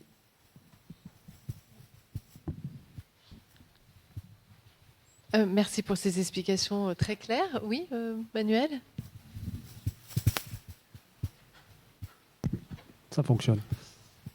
Moi, je voudrais juste revenir sur la problématique mangrove et en particulier les mangroves urbaines. Effectivement, je confirme que pour la province sud, c'est la même chose qu'en province nord. On est aussi sur du domaine public maritime, qui est une compétence provinciale, qui est du foncier provincial. Et la particularité sur les mangroves urbaines, et notamment sur Nouméa, c'est que nous n'avons pas cette zone de domaine public maritime terrestre, les 81 mètres 20 que l'on a ailleurs qu'à Nouméa. la limite du domaine maritime s'arrête à la limite des plus hautes eaux. Et donc, la mangrove est toujours une interface entre des compétences qui sont provinciales et des compétences qui sont municipales, et en plus sont un écotone, ce qu'on dit une différence d'écosystème entre une partie terrestre et une partie marine. Et qu'à chaque fois qu'on a voulu, nous, province, s'occuper de notre biodiversité mangrove et de notre domaine public maritime, ça a été très compliqué parce qu'on a chaque mois essayé de voir ça à une échelle de l'ensemble de la province. Et on se rend compte que, d'abord, il y a une vraie différence entre les mangroves urbaines et les mangroves qu'on a dénommées rurales, parce que les usages et même la perception de la mangrove est complètement différente. Et surtout, c'est qu'à grande échelle, on n'arrive pas à régler nos problèmes. Et qu'il faut regarder à une petite échelle. Et en plus, à cette petite échelle, il faut concerter et travailler avec l'ensemble des usagers et l'ensemble des personnes qui utilisent la mangrove ou qui, ce qu'on appelle la gestion intégrée des zones côtières, qui ne se rendent pas compte, mais qui ont un effet sur la mangrove. Que ce soit des industriels, que ce soit la commune, que ce soit à chaque fois qu'on artificialise ou qu'on fait une voirie, eh bien, comme ça a été indiqué, toute l'eau, au lieu d'arriver sur tout un littoral, va arriver en un seul point avec une buse d'eau pluviale qui va apporter beaucoup d'eau chargée à la fois de sédiments, de matière organique si l'épuration n'a pas été faite, et de polluants divers et variés. Et donc, on a vraiment un objectif désormais de travailler non plus à des grandes échelles, mais à des petites échelles et à essayer d'avoir une concertation et avoir l'ensemble des gens autour de la table pour dire, voilà, effectivement, Rivière-Salée, c'est une mangrove, quand on la regarde sur la carte, elle est complètement enclavée dans le tissu urbain de Nouméa. Ça serait beaucoup plus simple de l'endiguer, de mettre de la scorie et puis de vendre des terrains, parce qu'ils doivent coûter cher à cet endroit-là. Mais c'est impensable. C'est impensable à la fois pour le fait que ça fait partie de l'ADN de Nouméa d'avoir cette mangrove et qu'en plus, elle continue à jouer des rôles d'épuration qui sont extraordinaires. Donc il faut mettre les gens autour de la table pour dire, mais si vous voulez qu'elle continue à jouer ce rôle-là, il faut d'abord mieux la comprendre. Donc il nous manque encore plein d'indicateurs et il faut faire appel à la recherche et après à développer des axes de recherche qui sont en mode expert pour en définir des indicateurs de bon état et d'évolution de cet état, et de voir à chaque fois tous les gens qui sont susceptibles d'utiliser cet espace-là ou d'avoir une pression sur cet espace-là et de dire, voilà, maintenant il faut que tous ensemble, cette pression, elle diminue, et qu'on vérifie qu'en diminuant cette pression, c'est efficace sur le milieu. Et pour ça, c'est la province, c'est la commune, ce sont les associations environnementales, c'est la recherche, ce sont les ICPE, ce sont les associations de quartier, ce sont plein de gens, mais au lieu de travailler à une grande échelle, il faut voir avec chaque commune, et c'est ce qui a commencé à être fait, pour dire, voilà, sur Rivière-Salée, c'est un point noir, c'est prioritaire, il faut travailler dessus. Sur Ouémont, il y a des choses à faire. Sur Sainte-Marie, là où vous êtes allé, il y a déjà des travaux pour faire sauter cette digue de radio-état et d'en faire des systèmes de sentiers en mode doux. C'est une des solutions, parce que ça a amélioré la dynamisme dans la mangrove. Sur Apogoti, il y a des travaux à faire avec la commune, avec les chercheurs et avec les gens de quartier. Et travailler vraiment en concertation à ces échelles-là. Donc ça, c'est la démarche actuelle de la province, donc d'élaborer un plan de gestion intégré avec tous les acteurs scientifiques, associatifs et les collectivités, les communes. C'est ça. Alors, c'est pour ça que le gênant, il ne faut pas dire... C'est la province qui est à l'initiative avec le monde de la recherche, mais si on continue que comme ça et si on dit toujours c'est à la province de gérer, ça ne fonctionnera pas. Il faudra vraiment qu'à un moment, sur cet espace-là, il y ait une entité générique qui puisse dire, là, c'est la commune qui est tout le temps là avec nous, parce qu'il y a le problème de l'assainissement, du raccordement, c'est aussi des compétences de la commune. Les acteurs de quartier et les associations environnementales qui font un travail de revégétalisation, de suivi et même de sentinelle à chaque fois qu'il y a un problème pour relayer et de dire, voilà, tous ensemble, il faut qu'on trouve des solutions. Tous ensemble. Même le monsieur qui est parti sur les moustiques, ça fait partie des désagréments. Est-ce que la société est prête à avoir de la mangrove là où il n'y en a plus ?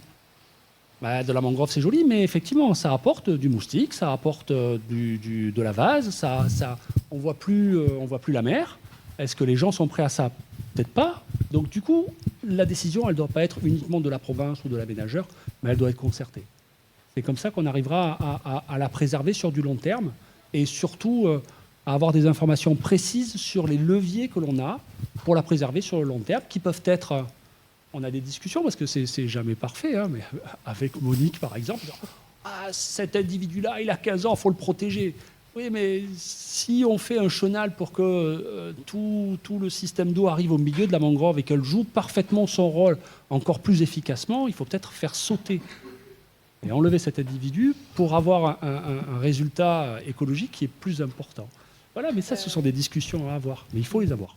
Alors justement, je vais donner la parole à Monique, qu'on n'a pas encore entendue, et donc qui, avec l'association SOS Mangrove, fait un travail remarquable avec tous ses bénévoles. Donc avant de travailler sur la mangrove de Tina, on a pu voir dans l'émission, vous avez travaillé, Monique, toi et tes bénévoles, sur la mangrove de la rivière Salée.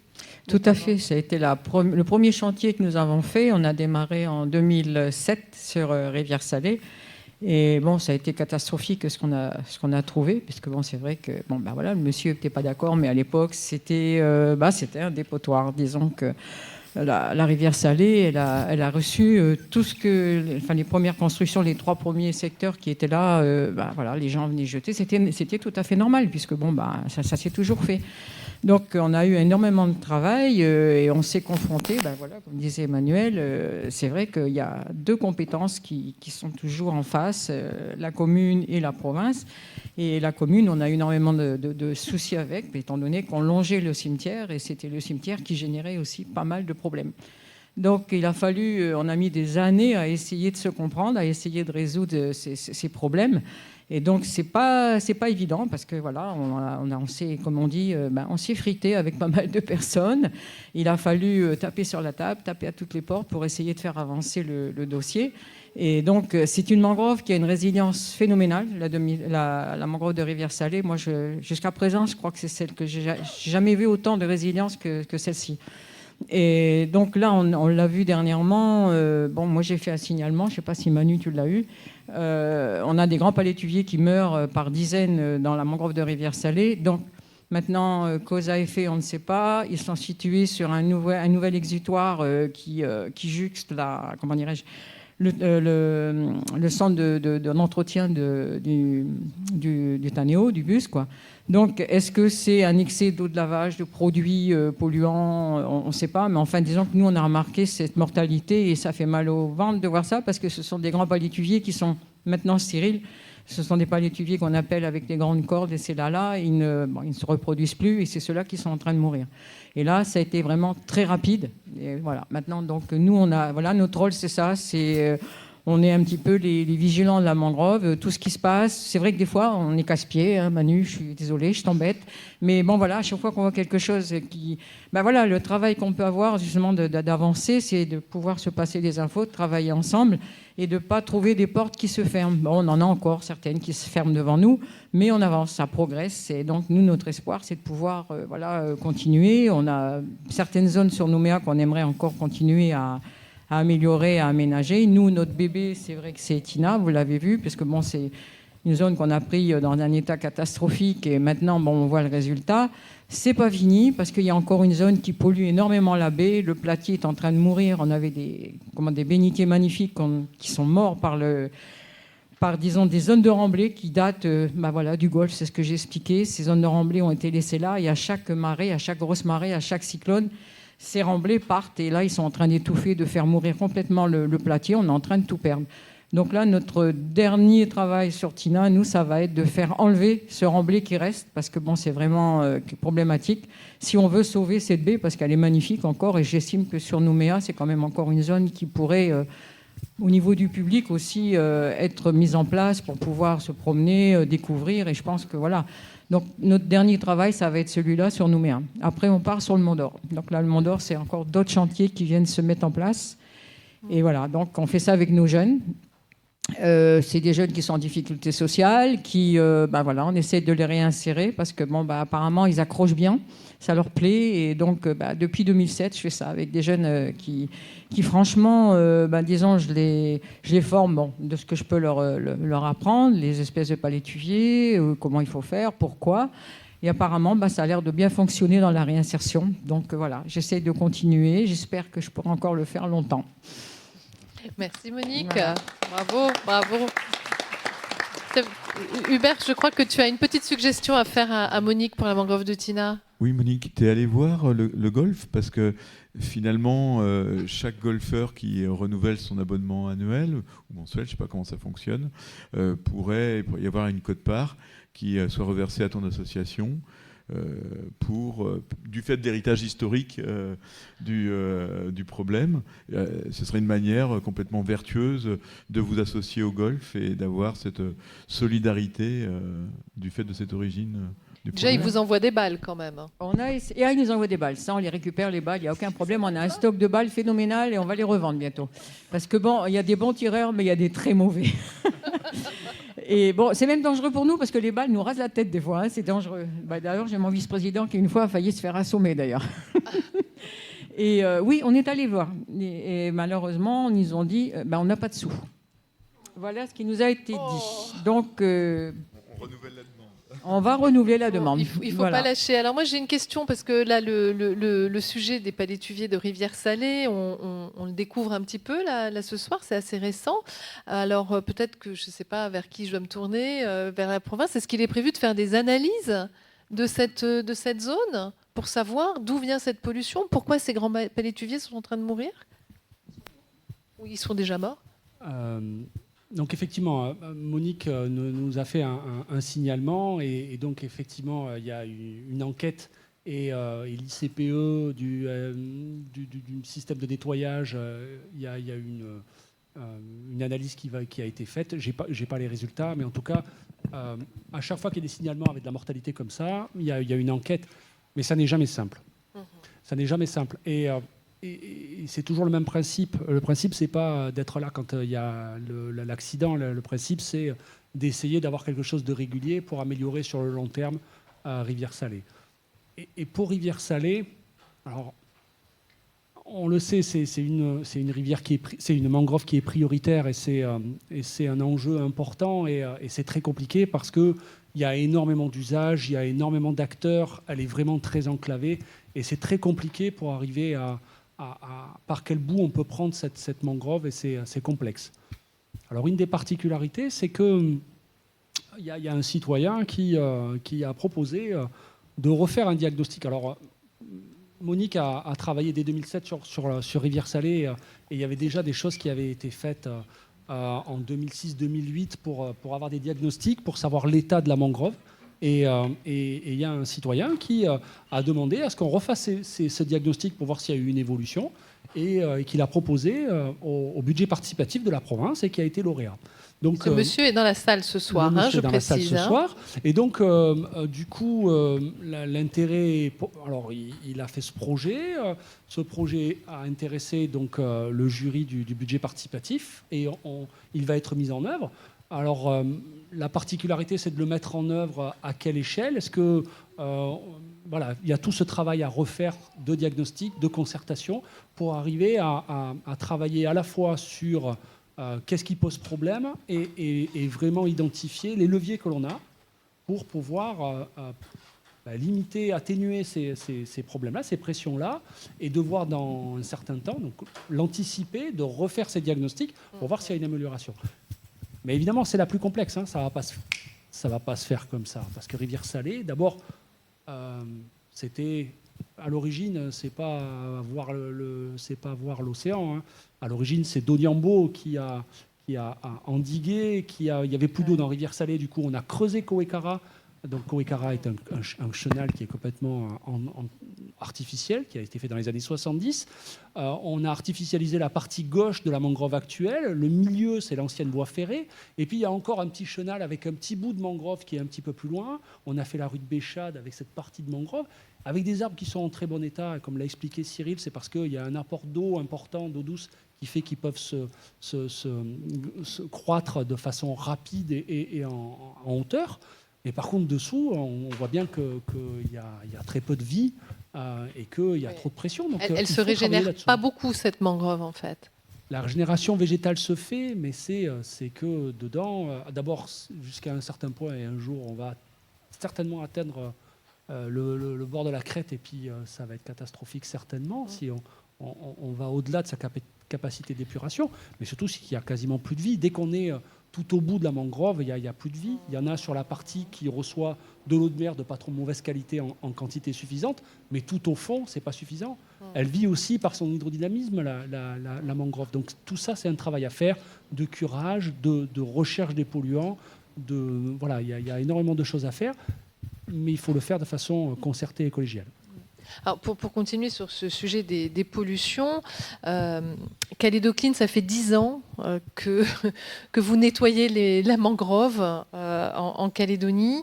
Vous sortez régulièrement des tonnes de déchets parfois extrêmement toxiques, comme des batteries par exemple. Est-ce que Thibaut, tu as vu une évolution ces 10 dernières années ?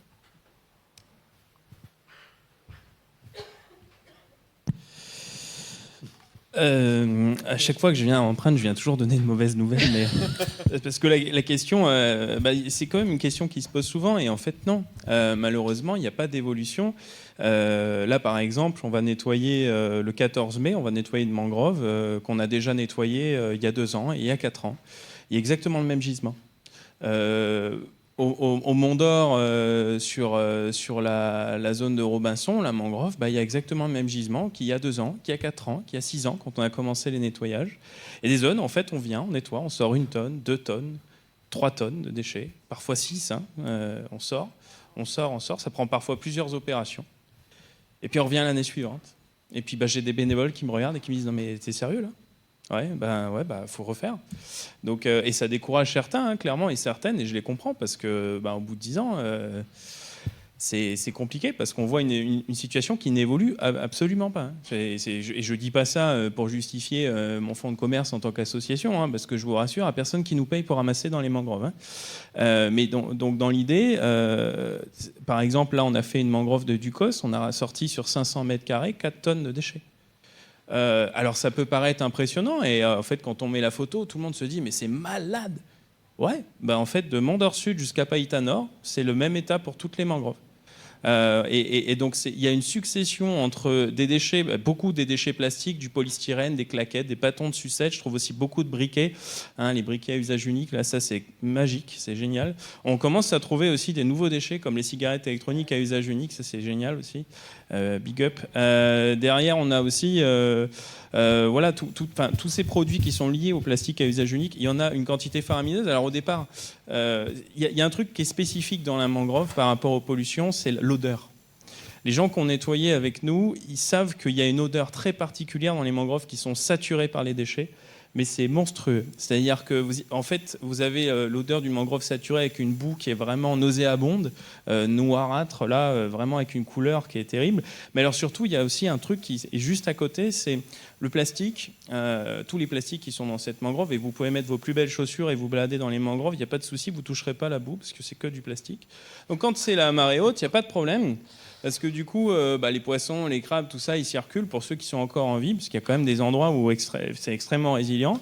Et puis, en fait, quand la marée baisse, qu'est-ce qui se passe ? Ils se retrouvent piégés dans ces milliers de déchets.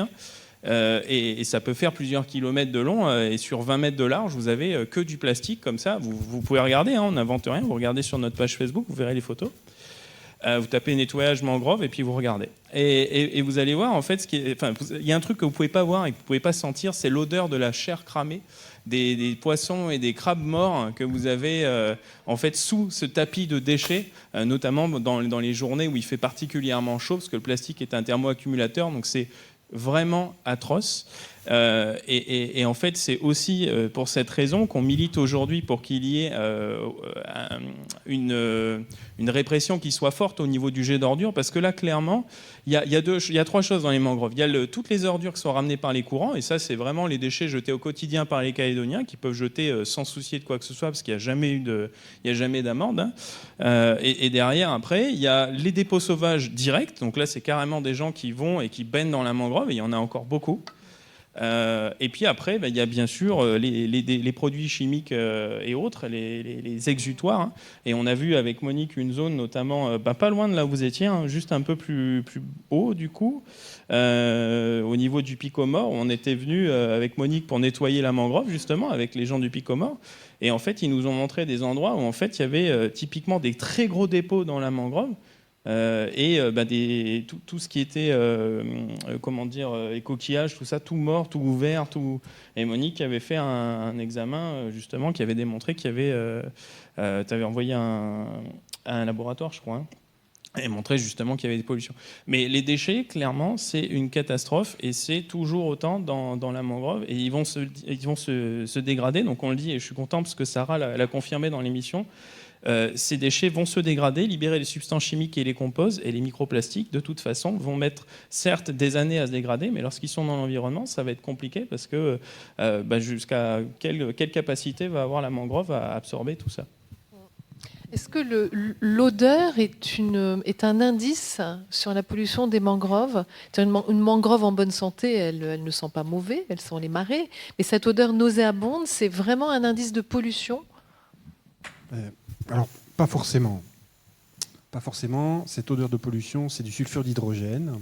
Ça provient d'une réaction qui s'appelle la sulfatoréduction. Dans les sols de mangrove, donc on a beaucoup de litières, beaucoup de feuilles en décomposition. Et il y a des bactéries qui vont décomposer cette matière organique. Et les bactéries, elles ont besoin d'un substrat. Elles utilisent les sulfates qu'il y a dans l'eau de mer. Ça s'appelle des bactéries sulfatoréductrices. Et il y a une formation d'un gaz qui est le sulfure d'hydrogène. Et c'est sulfure d'hydrogène qui sent effectivement l'œuf pourri. Donc c'est un processus qui est tout à fait naturel. Les sulfates arrivent par la marée. Les bactéries les utilisent, produisent du sulfure d'hydrogène et on a cette odeur.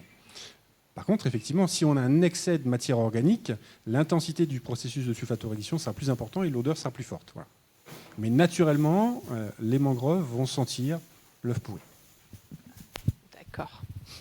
Merci pour ces explications. Est-ce que vous avez des questions? Vous voulez rebondir sur ce qui a été dit?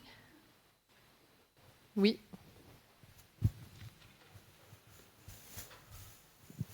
Bonsoir. J'aurais voulu vous poser une question très directe en fait en tant que spécialiste. Donc, qu'est-ce que les pouvoirs publics pourraient mettre en place concrètement pour protéger nos mangroves, pour sauver nos mangroves? Vous parliez tout à l'heure de traitement des eaux usées qui sont à quel pourcentage, je crois, sur Nouméa, à 1/3, je crois, quelque chose comme ça. Donc concrètement, on aimerait, qu'est-ce qu'on pourrait mettre en place et comment nous, tous ensemble, citoyens, pouvons-nous adhérer à une politique qui pourrait enfin protéger nos mangroves? Alors, je vais faire un premier début de réponse et puis je laisserai Emmanuel terminer. La priorité pour moi, c'est la pédagogie en fait. C'est vrai que je suis un scientifique, je fais des recherches sur les mangroves depuis 25 ans, mais je passe énormément de temps à faire des conférences, aller à la rencontre d'associations. Alors, même si maintenant mes fonctions de vice-président de l'université font que je vais moins souvent avec Monique, j'essaye de le faire, je fais des interventions dans les écoles. C'est vraiment la pédagogie, la prise de conscience. Il y a eu, on voit toujours effectivement des mangroves qui sont emblayées, dégradées, mais il y a eu une évolution quand même en 25 ans. Au début des années 2000, c'était pas du tout ça. Donc il y a cette sensibilisation qui a été faite. Chacun, avec son association, avec ses étudiants, va faire cette mobilisation. Et puis ensuite, il faut effectivement cet espace d'échange pour lequel je milite, espace d'échange entre les associations, les collectivités, les scientifiques, parce que moi je dis toujours que la Nouvelle-Calédonie c'est un pays riche, riche financièrement, mais aussi riche de son savoir. Quand on compare par rapport aux autres pays dits du Sud, où là, la priorité, c'est effectivement de nourrir les gens. Nous, notre priorité, c'est pas de nourrir les gens. On a un savoir, on a des moyens, on sait traiter les eaux usées, on peut traiter les eaux usées, on est en capacité d'acquérir des connaissances. Donc je dis toujours qu'on se doit d'être exemplaire. On peut aussi être exemplaire parce qu'on est peu nombreux. Quand on est très nombreux et qu'il faut nourrir les gens, là, c'est plus compliqué, l'environnement arrive toujours à la fin et on va essayer de le récupérer quand il y a une catastrophe. Donc il faut qu'on discute plus, les publics, les privés, les scientifiques, les collectivités, les associations. Et en ce moment, avec les collectivités du Grand Nouméa et avec la province sud, on essaie de créer ce système pour mieux prendre en compte les mangroves. Si tu veux, Emmanuel, poursuivre. Oui, c'est vraiment... en particulier pour les mangroves urbaines, il n'y a pas de panacée, il ne va pas y avoir de coup de baguette magique. Les choses ont quand même fortement évolué. Je viens de la même origine, j'ai une formation de biologiste de cette université. Et évidemment, en tant que technicien, j'ai de la frustration parce que des solutions, ou en tout cas de l'information qui permettrait d'avoir des leviers d'atténuation des pressions sur les mangroves, on les connaît, mais la sensibilité, elle doit être améliorée. Et on voit bien qu'elle s'améliore. les projets que l'on prévoit sur Nouméa, c'est des projets que l'on a. Des gens qui sont dans la salle et qui ont travaillé sur ces sujets-là il y a déjà 15 ans et qui n'ont pas abouti parce qu'à un moment où il y a eu un manque d'argent, où il y a eu un manque de sensibilisation des élus pour dire c'est important, il faut qu'on commence dès à présent parce que ça va prendre du temps pour arriver à avoir des résultats. Et donc il y a 15 ans, on n'y arrivait pas. Et puis là, de nouveau, c'est relancé. Moi, je le ressens à la fois au niveau de la province parce que les élus sont sensibilisés à cette problématique et en tout cas à l'enjeu mangrove. Je le ressens aussi, et Cyril le ressent aussi auprès des élus des communes qui ressentent l'importance des mangroves parce qu'ils se rendent bien compte qu'elles sont utiles. Et en plus, on a un intérêt parce que, comme je l'ai indiqué, c'est la limite entre le milieu marin et le milieu terrestre. Et donc c'est le dernier écosystème, le premier écosystème qui va être impacté par le changement climatique et par la montée des eaux. Et du coup, les bailleurs de fonds internationaux et même métropolitains savent très bien que les solutions fondées sur la nature, l'atténuation des effets du changement climatique, c'est sur les mangroves, sur les récifs frangeants, sur les herbiers, sur toutes les choses littorales qu'il faut travailler. Et donc, il y a également, les étoiles sont alignées pour avoir des bailleurs de fonds qui nous permettent à la fois d'avoir des actions concrètes qui sont visibles pour dire, vous voyez, si on améliore, je vous donne le cas qui est d'actualité, c'est de faire sauter un certain nombre de digues de radio-état, les digues que l'on a à Sainte-Marie, et il y en a aussi sur le côté Ouémont-Ilosong. On fait sauter les digues qui sont parallèles à la côte, il y en a 300 mètres, 400 mètres, on fait sauter ces digues-là, et de suite, on va avoir une modification de la mangrove, une consolidation du couvert végétal et une modification pour revenir à un état plus naturel parce que le flux d'eau à chaque marée va être plus important jusqu'au bord du littoral et du coup, on va renforcer tous les rôles de la mangrove. Et ça, c'est une action qui est extrêmement visible. Et ça montre l'hydrodynamisme. Si vous améliorez l'hydrodynamisme, ça améliore la mangrove. Donc ça, c'est quelque chose qui est extrêmement utile pour sensibiliser à la fois les citoyens, à la fois la société et à la fois nos élus.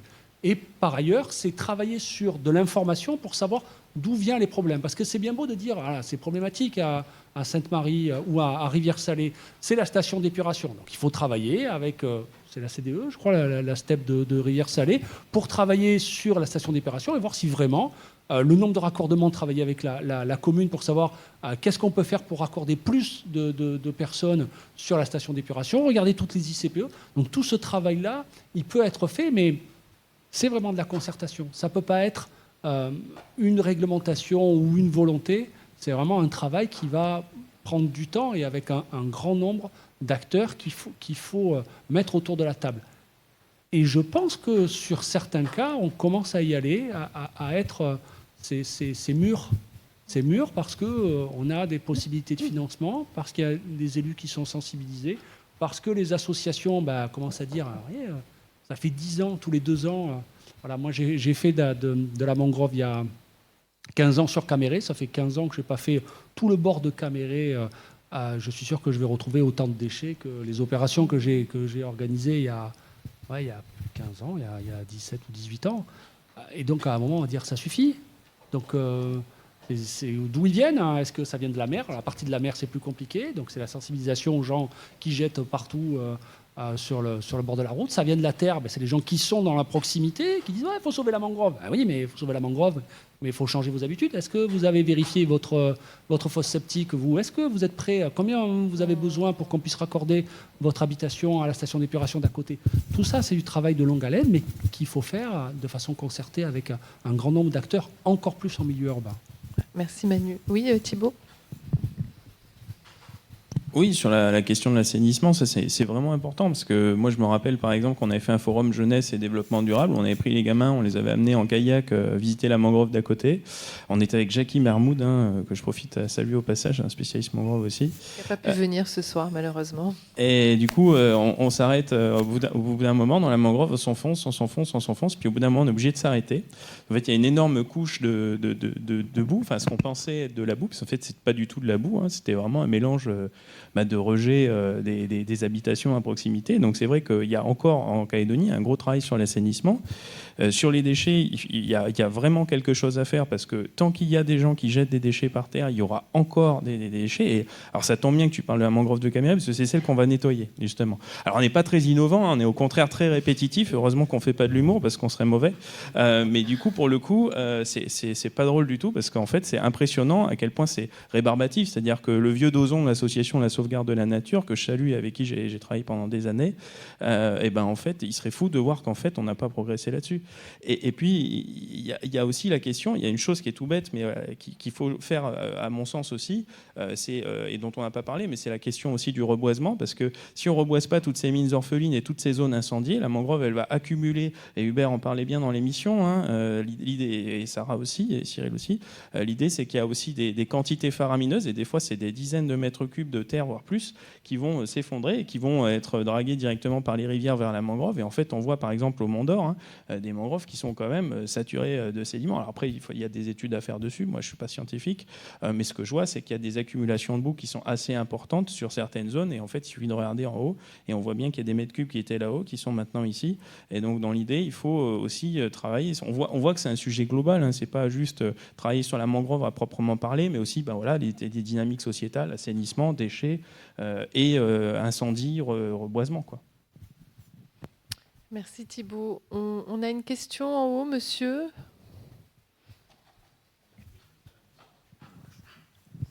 Vous m'entendez? Ah oui, oui. J'ai juste une question, mais peut-être une question un peu bête, mais ce que je voulais dire, c'est que lorsque l'eau monte, est-ce que la mangrove, il a une certaine hauteur sur laquelle il peut vivre, ou est-ce qu'il peut vivre jusqu'à je sais pas, centimètre, même 1 mètre de niveau d'eau?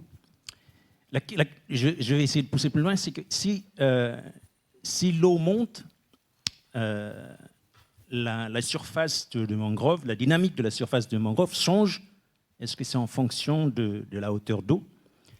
Auquel cas, est-ce que la dynamique va réussir à se...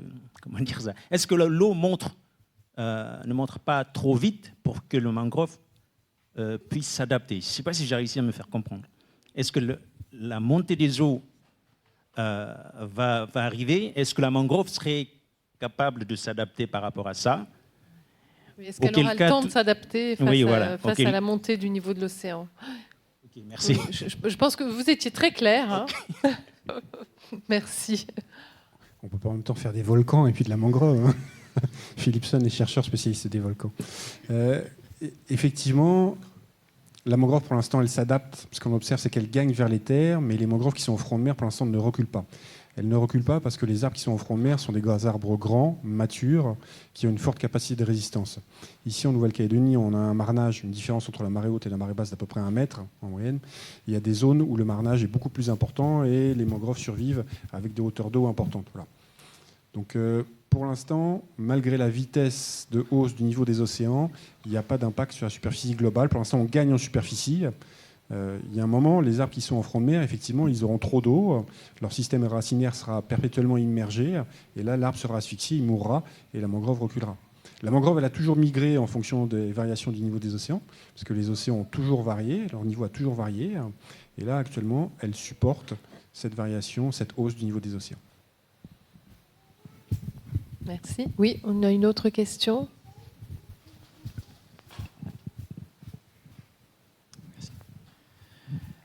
Merci pour les présentations et les échanges. Toujours sur le sujet de l'eau qui monte, est-ce que la mangrove peut nous aider à lutter contre l'érosion du littoral? Et si oui, selon quelle modalité? Merci. Oui, là, il y a peut-être 2 questions, effectivement. Comme on vient de le regretter, la mangrove piège beaucoup de plastique. Elle piège des plastiques parce que la mangrove est ce qu'on appelle un milieu de sédimentation. C'est un environnement qui est très calme, du fait de la densité du système racinaire. Donc le courant est faible, il n'y a pas de houle, donc les choses vont se déposer et en plus les particules sont retenues par le système racinaire. Donc lorsque les sédiments proviennent des rivières, ils vont se retrouver piégés dans la mangrove. plus le système racinaire est dense et plus le piège est important. Et en fait, ce piège permet au sol de s'élever. Donc le niveau des océans monte, mais potentiellement le niveau du sol monte aussi. Et il est possible qu'effectivement les mangroves permettent de lutter contre cette hausse du niveau des océans et contre l'immersion. L'autre question, c'est par rapport à l'érosion. Effectivement, l'érosion va être générée par la houle. Principalement ici sur le territoire, c'est les coups d'ouest. Ce sont les coups d'ouest qui génèrent l'érosion plus que la hausse du niveau des océans. Les dépressions pendant les cyclones, le niveau des océans du fait de la faible pression est également plus élevé. Donc effectivement, là aussi, la densité du système racinaire fait que la mangrove limite l'érosion côtière. À ce sujet, on étudie avec des collègues australiens, néo-zélandais, américains, la mangrove d'Ouvéa, parce que Ouvéa, c'est une île basse, un atoll, et donc il n'y a pas d'apport de terre depuis des bassins versants, depuis l'arrière, il n'y a pas d'apport de terre depuis des montagnes, et donc le taux de sédimentation, la quantité de sédiments qui va s'accumuler dans la mangrove est très faible, et on essaye de regarder si effectivement, lorsque le taux de sédiment est très faible, est-ce que la mangrove peut résister à la hausse du niveau des océans ? Si le niveau des océans monte, mais que le sol peut monter parce qu'il y a des particules qui viennent se déposer, ça compense. Mais dans un atoll, il n'y a pas de sédiments qui viennent compenser, et donc la mangrove peut être immergée, submergée, et un jour disparaître. C'est pour ça que c'est une étude prioritaire à ouvert.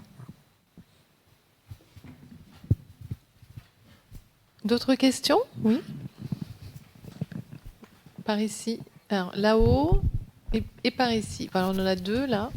Alors allez-y, monsieur, d'abord en haut. C'est bon. Bonsoir à tout le monde. Tout d'abord, je tiens à vous féliciter et à vous remercier pour tout le travail que vous faites. Chose que j'ai compris un peu que ce n'est pas pris en priorité au niveau de notre pays. Mais là où je voulais en venir, c'est que je suis originaire d'Ouvéa, vous en parlez. Et justement, j'allais poser la question, qu'est-ce qu'on peut faire vraiment ? Tout à l'heure, le monsieur disait que ça pouvait commencer par l'éducation. Je veux dire, c'est quand même quelque chose qui concerne tout le monde. Et je suis très touché de savoir que, malgré que je ne suis pas acteur de vos actions, mais je vous soutiens aussi pour tout ce que vous faites. Parce que sur Ouvéa, on voit beaucoup la montée des eaux. Et on voit beaucoup les conséquences. Et aussi la répercussion, non seulement au niveau de la nature, mais au niveau de tout ce qui est vie derrière. Parce que nous, on vit beaucoup avec les palétuviers aussi. On a la vie là-bas, comme le monsieur tout à l'heure l'a dit, Jojo. On va faire la pêche, on va attraper des crabes et tout ça. Mais qu'est-ce qu'on peut faire vraiment ? Est-ce qu'il ne serait pas temps que chacun parmi nous commence déjà à la maison pour éduquer nos enfants ? Je parle au niveau du pays, comme ça peut être aussi au niveau mondial, pour toutes nos industries qui se développent au niveau terrestre, aussi bien terrestre et marine. Parce qu'aujourd'hui, on parle, en face de chez nous, il y a la SLN qui n'arrête pas d'augmenter la scorie. Il y a une montagne de scorie que, justement, tout à l'heure, on parlait de la rivière Salée. Et pourquoi laisser continuer à faire les choses comme ça ?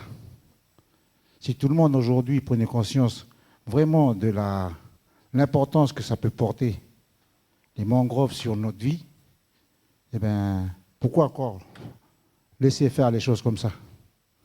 Voilà. Au nom de nos enfants du pays, merci à vous. Colletti.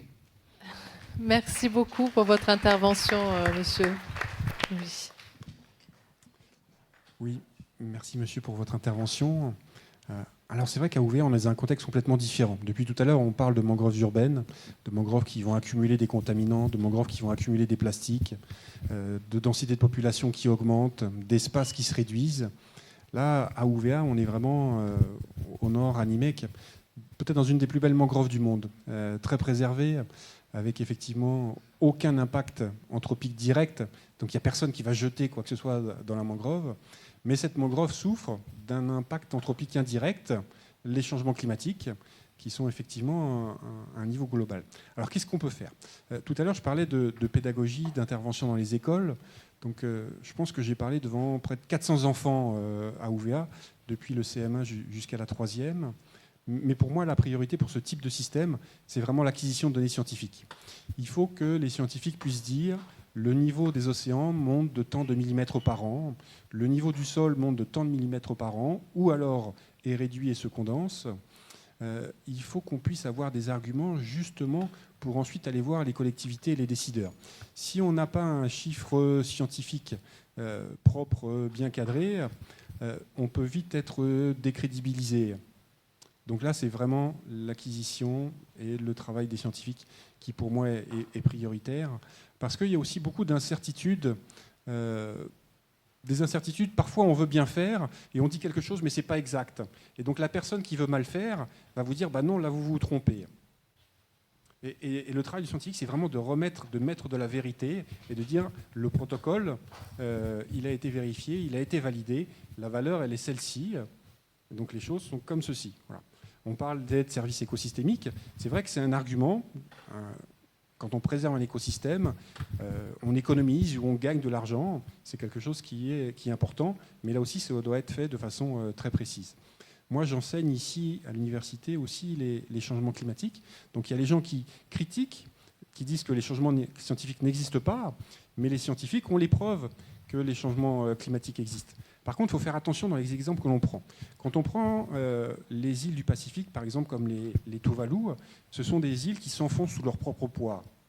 Et donc les gens disent, les premiers migrants climatiques.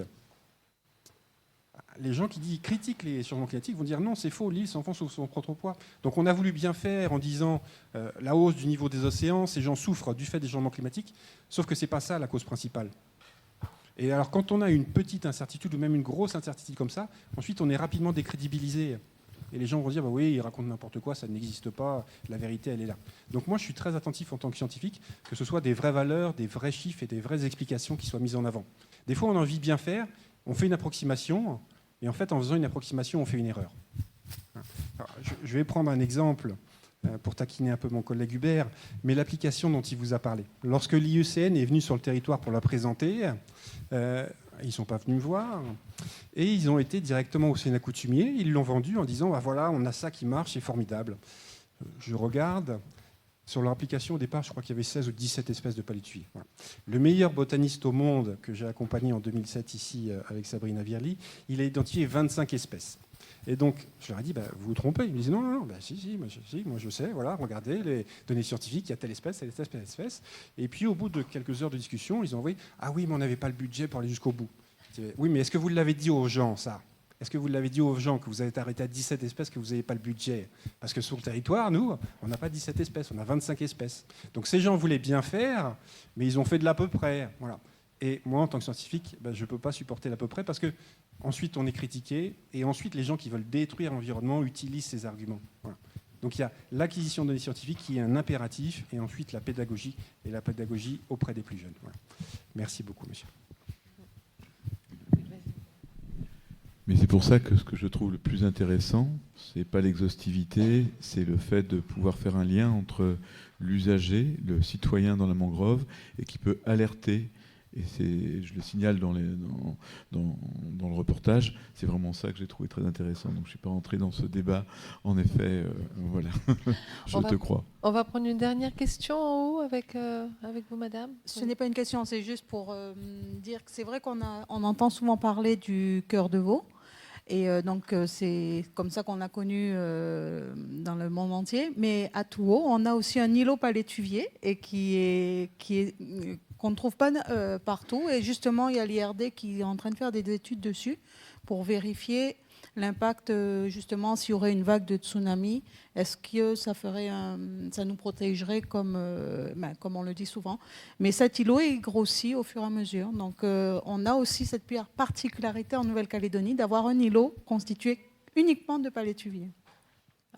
Et juste aussi pour apporter... On a aussi d'autres types de dégradations qui se font. Je ne sais pas si ça fait partie du truc de Rome, là. Pour des gens qui jettent les carcasses d'animaux morts dans les dans les palétuviers. Et donc, je sais que sur Nouméa, il ne faut pas trop parler de requins en ce moment, mais voilà. Ça nous ramène aussi les requins, ils aiment bien... On dit souvent c'est pour les crabes, mais... Les requins aiment bien aussi. Aiment bien aussi, voilà. Moi, j'en profite, si vous êtes de Tours, pour souligner l'existence d'une association qui fait un travail remarquable. C'est l'association OUT, qui aurait bien aimé être avec nous ce soir au duplex, mais ils n'étaient pas disponibles. Et ils font un travail important, notamment dans la replantation de palétuviers. Oui, une très belle association qui avance chaque année avec des nouveaux projets.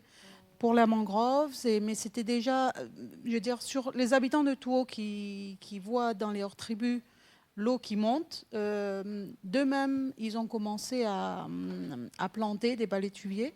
On a un autre souci maintenant, c'est qu'on a carrément les palétuviers qui poussent tellement, qui gardent la terre, et en fait, l'eau, quand il pleut, on a carrément une tribu qui est entièrement inondée. Donc, on a les deux soucis qui se posent, donc il faut qu'on bosse dessus encore, et que l'association soit encore encouragée et soutenue pour continuer à avancer sur cette démarche.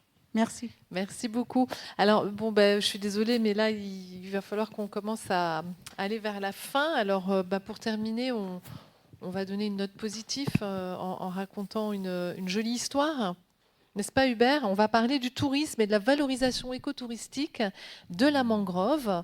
Alors, le WWF a accompagné un projet à Madagascar qui est une belle réussite dans ce domaine. Oui, tout à fait. Et pour dire qu'en Calédonie aussi, donc on a certaines mangroves que l'on peut visiter. Nos collègues ont parlé beaucoup de la mangrove de Wemo, à Wano. Il y a également possibilité de la visiter. Et puis un petit salut à nos collègues de Province Nord. Je ne sais pas s'ils nous entendent encore, mais ils auraient pu nous parler du sentier dans la mangrove de Mazedette à Puebo, que je vous invite vraiment à visiter, qui est vraiment une très belle mangrove, et puis avec des guides très sympas. Oui, on a la petite histoire, c'est aussi pour enfoncer le clou sur la question de la cogestion. À Madagascar, donc il y a de très grandes mangroves, entre autres sur la côte ouest, et on travaille avec une communauté depuis un peu plus de 15 ans pour les mobiliser, les soutenir dans une démarche de cogestion des mangroves autour de leur village de pêcheurs. C'est un petit village, Kivalo, près de Morondave, pour ceux qui connaissent, un petit peu vers le centre-ouest. Et ils ont à peu près 5000 hectares de mangroves que le gouvernement malgache a reconnu être sous leur responsabilité en termes de co-gestionnaires. Et donc, on a travaillé avec eux sur la préservation, sur la restauration. Donc, à ce jour, ils ont restauré 56 hectares de cette mangrove. Mais on ne s'est pas arrêté à ça. On a également travaillé à les mobiliser, à renforcer leurs compétences pour aussi vivre mieux de leurs mangroves. Pas seulement en vendant du poisson ou des crabes qu'ils allaient y pêcher, mais également en vendant, on va dire, l'expérience de découvrir leurs mangroves, leur culture, leur nature. Et donc il y a eu une quinzaine de guides naturalistes qui ont été formés dans ce village et qui emmènent les gens découvrir la mangrove. Il y a énormément d'oiseaux, entre autres. C'est vraiment quelque chose d'assez exceptionnel. Et ça fait vivre une grande partie du village. Il y a une vingtaine de femmes qui travaillent à préparer les repas. Et donc voilà, il y a aussi des belles histoires liées à la mangrove. On voit qu'il y a beaucoup de choses difficiles et ça n'efface pas la réalité dont nous a parlé Thibault avec ce non-respect des mangroves qui perdure, malgré la sensibilisation qu'on dit augmenter. Mais à un moment, je pense aussi qu'il faudra de la sanction, un peu plus qu'aujourd'hui. Mais dire qu'à côté de ça, il y a des belles histoires. Donc à nous aussi de décrire la belle histoire des Calédoniens avec leurs mangroves. Voilà. Merci Hubert. Thibault, tu voulais rajouter quelque chose ? Alors, il y a aussi un potentiel de développement économique. Alors, pour celles et ceux qui connaissent les sels de Poum, par exemple, c'est des sels qui ont été primés au Salon gastronomique de Paris. Donc, on peut aussi faire des choses tout à fait intéressantes. Et je voulais citer aussi le cas de l'Indonésie. L'Indonésie, ils ont énormément détruit leurs mangroves. Ils ont subi aussi des tsunamis importants. Et en fait, ce qu'ils ont fait, c'est qu'ils ont créé en fait des zones de reboisement de mangroves dans lesquelles ils ont fait aussi des bassins d'aquaculture. Et en fait, du coup, le développement économique des bassins d'aquaculture stimulés par la mangrove permettait de financer en partie le reboisement de la mangrove. Parce que forcément, reboiser, ça a un certain coût que les collectivités ne sont pas toujours prêtes à assumer. Donc en fait, ils ont allié développement économique et bien sûr aussi restauration écologique. En tout cas, c'était la prétention. Et donc ça aussi, c'est une success story. C'est-à-dire qu'en plus, ça crée de l'emploi et ça crée de la richesse au pays. Et en même temps, on restaure aussi les services rendus par la nature. Voilà, c'était juste ce que je voulais rajouter. Merci beaucoup Thibaut et merci à vous pour être resté aussi tard. On se retrouve donc, on a un petit calendrier qui va défiler. On se retrouve le jeudi 25 mai pour notre prochain sujet qui sera sur la haro sur les déchets textiles. Et puis vous avez tout le calendrier de la saison. Ensuite, le 29 juin, on parlera du trafic de la biodiversité, les geckos en danger. Puis au mois de juillet, on parlera j'attends la suite. On parlera de l'environnement, un enjeu majeur du concept One Health. En août, on parlera de l'assainissement et de la santé environnementale. Ça coule de source. En septembre, les ripisylves, un patrimoine naturel à préserver. Je suis sûre qu'il n'y en a pas beaucoup qui savent ce que c'est. Et en octobre, les oiseaux marins sentinelles de l'océan. Alors, les ripisylves, petite parenthèse, ce sont les cordons forestiers qu'on trouve sur les berges des cours d'eau douce et que finalement très peu de gens connaissent. Donc voilà, ce sera vraiment une découverte pour beaucoup de monde. Merci beaucoup, bonne soirée et à très bientôt.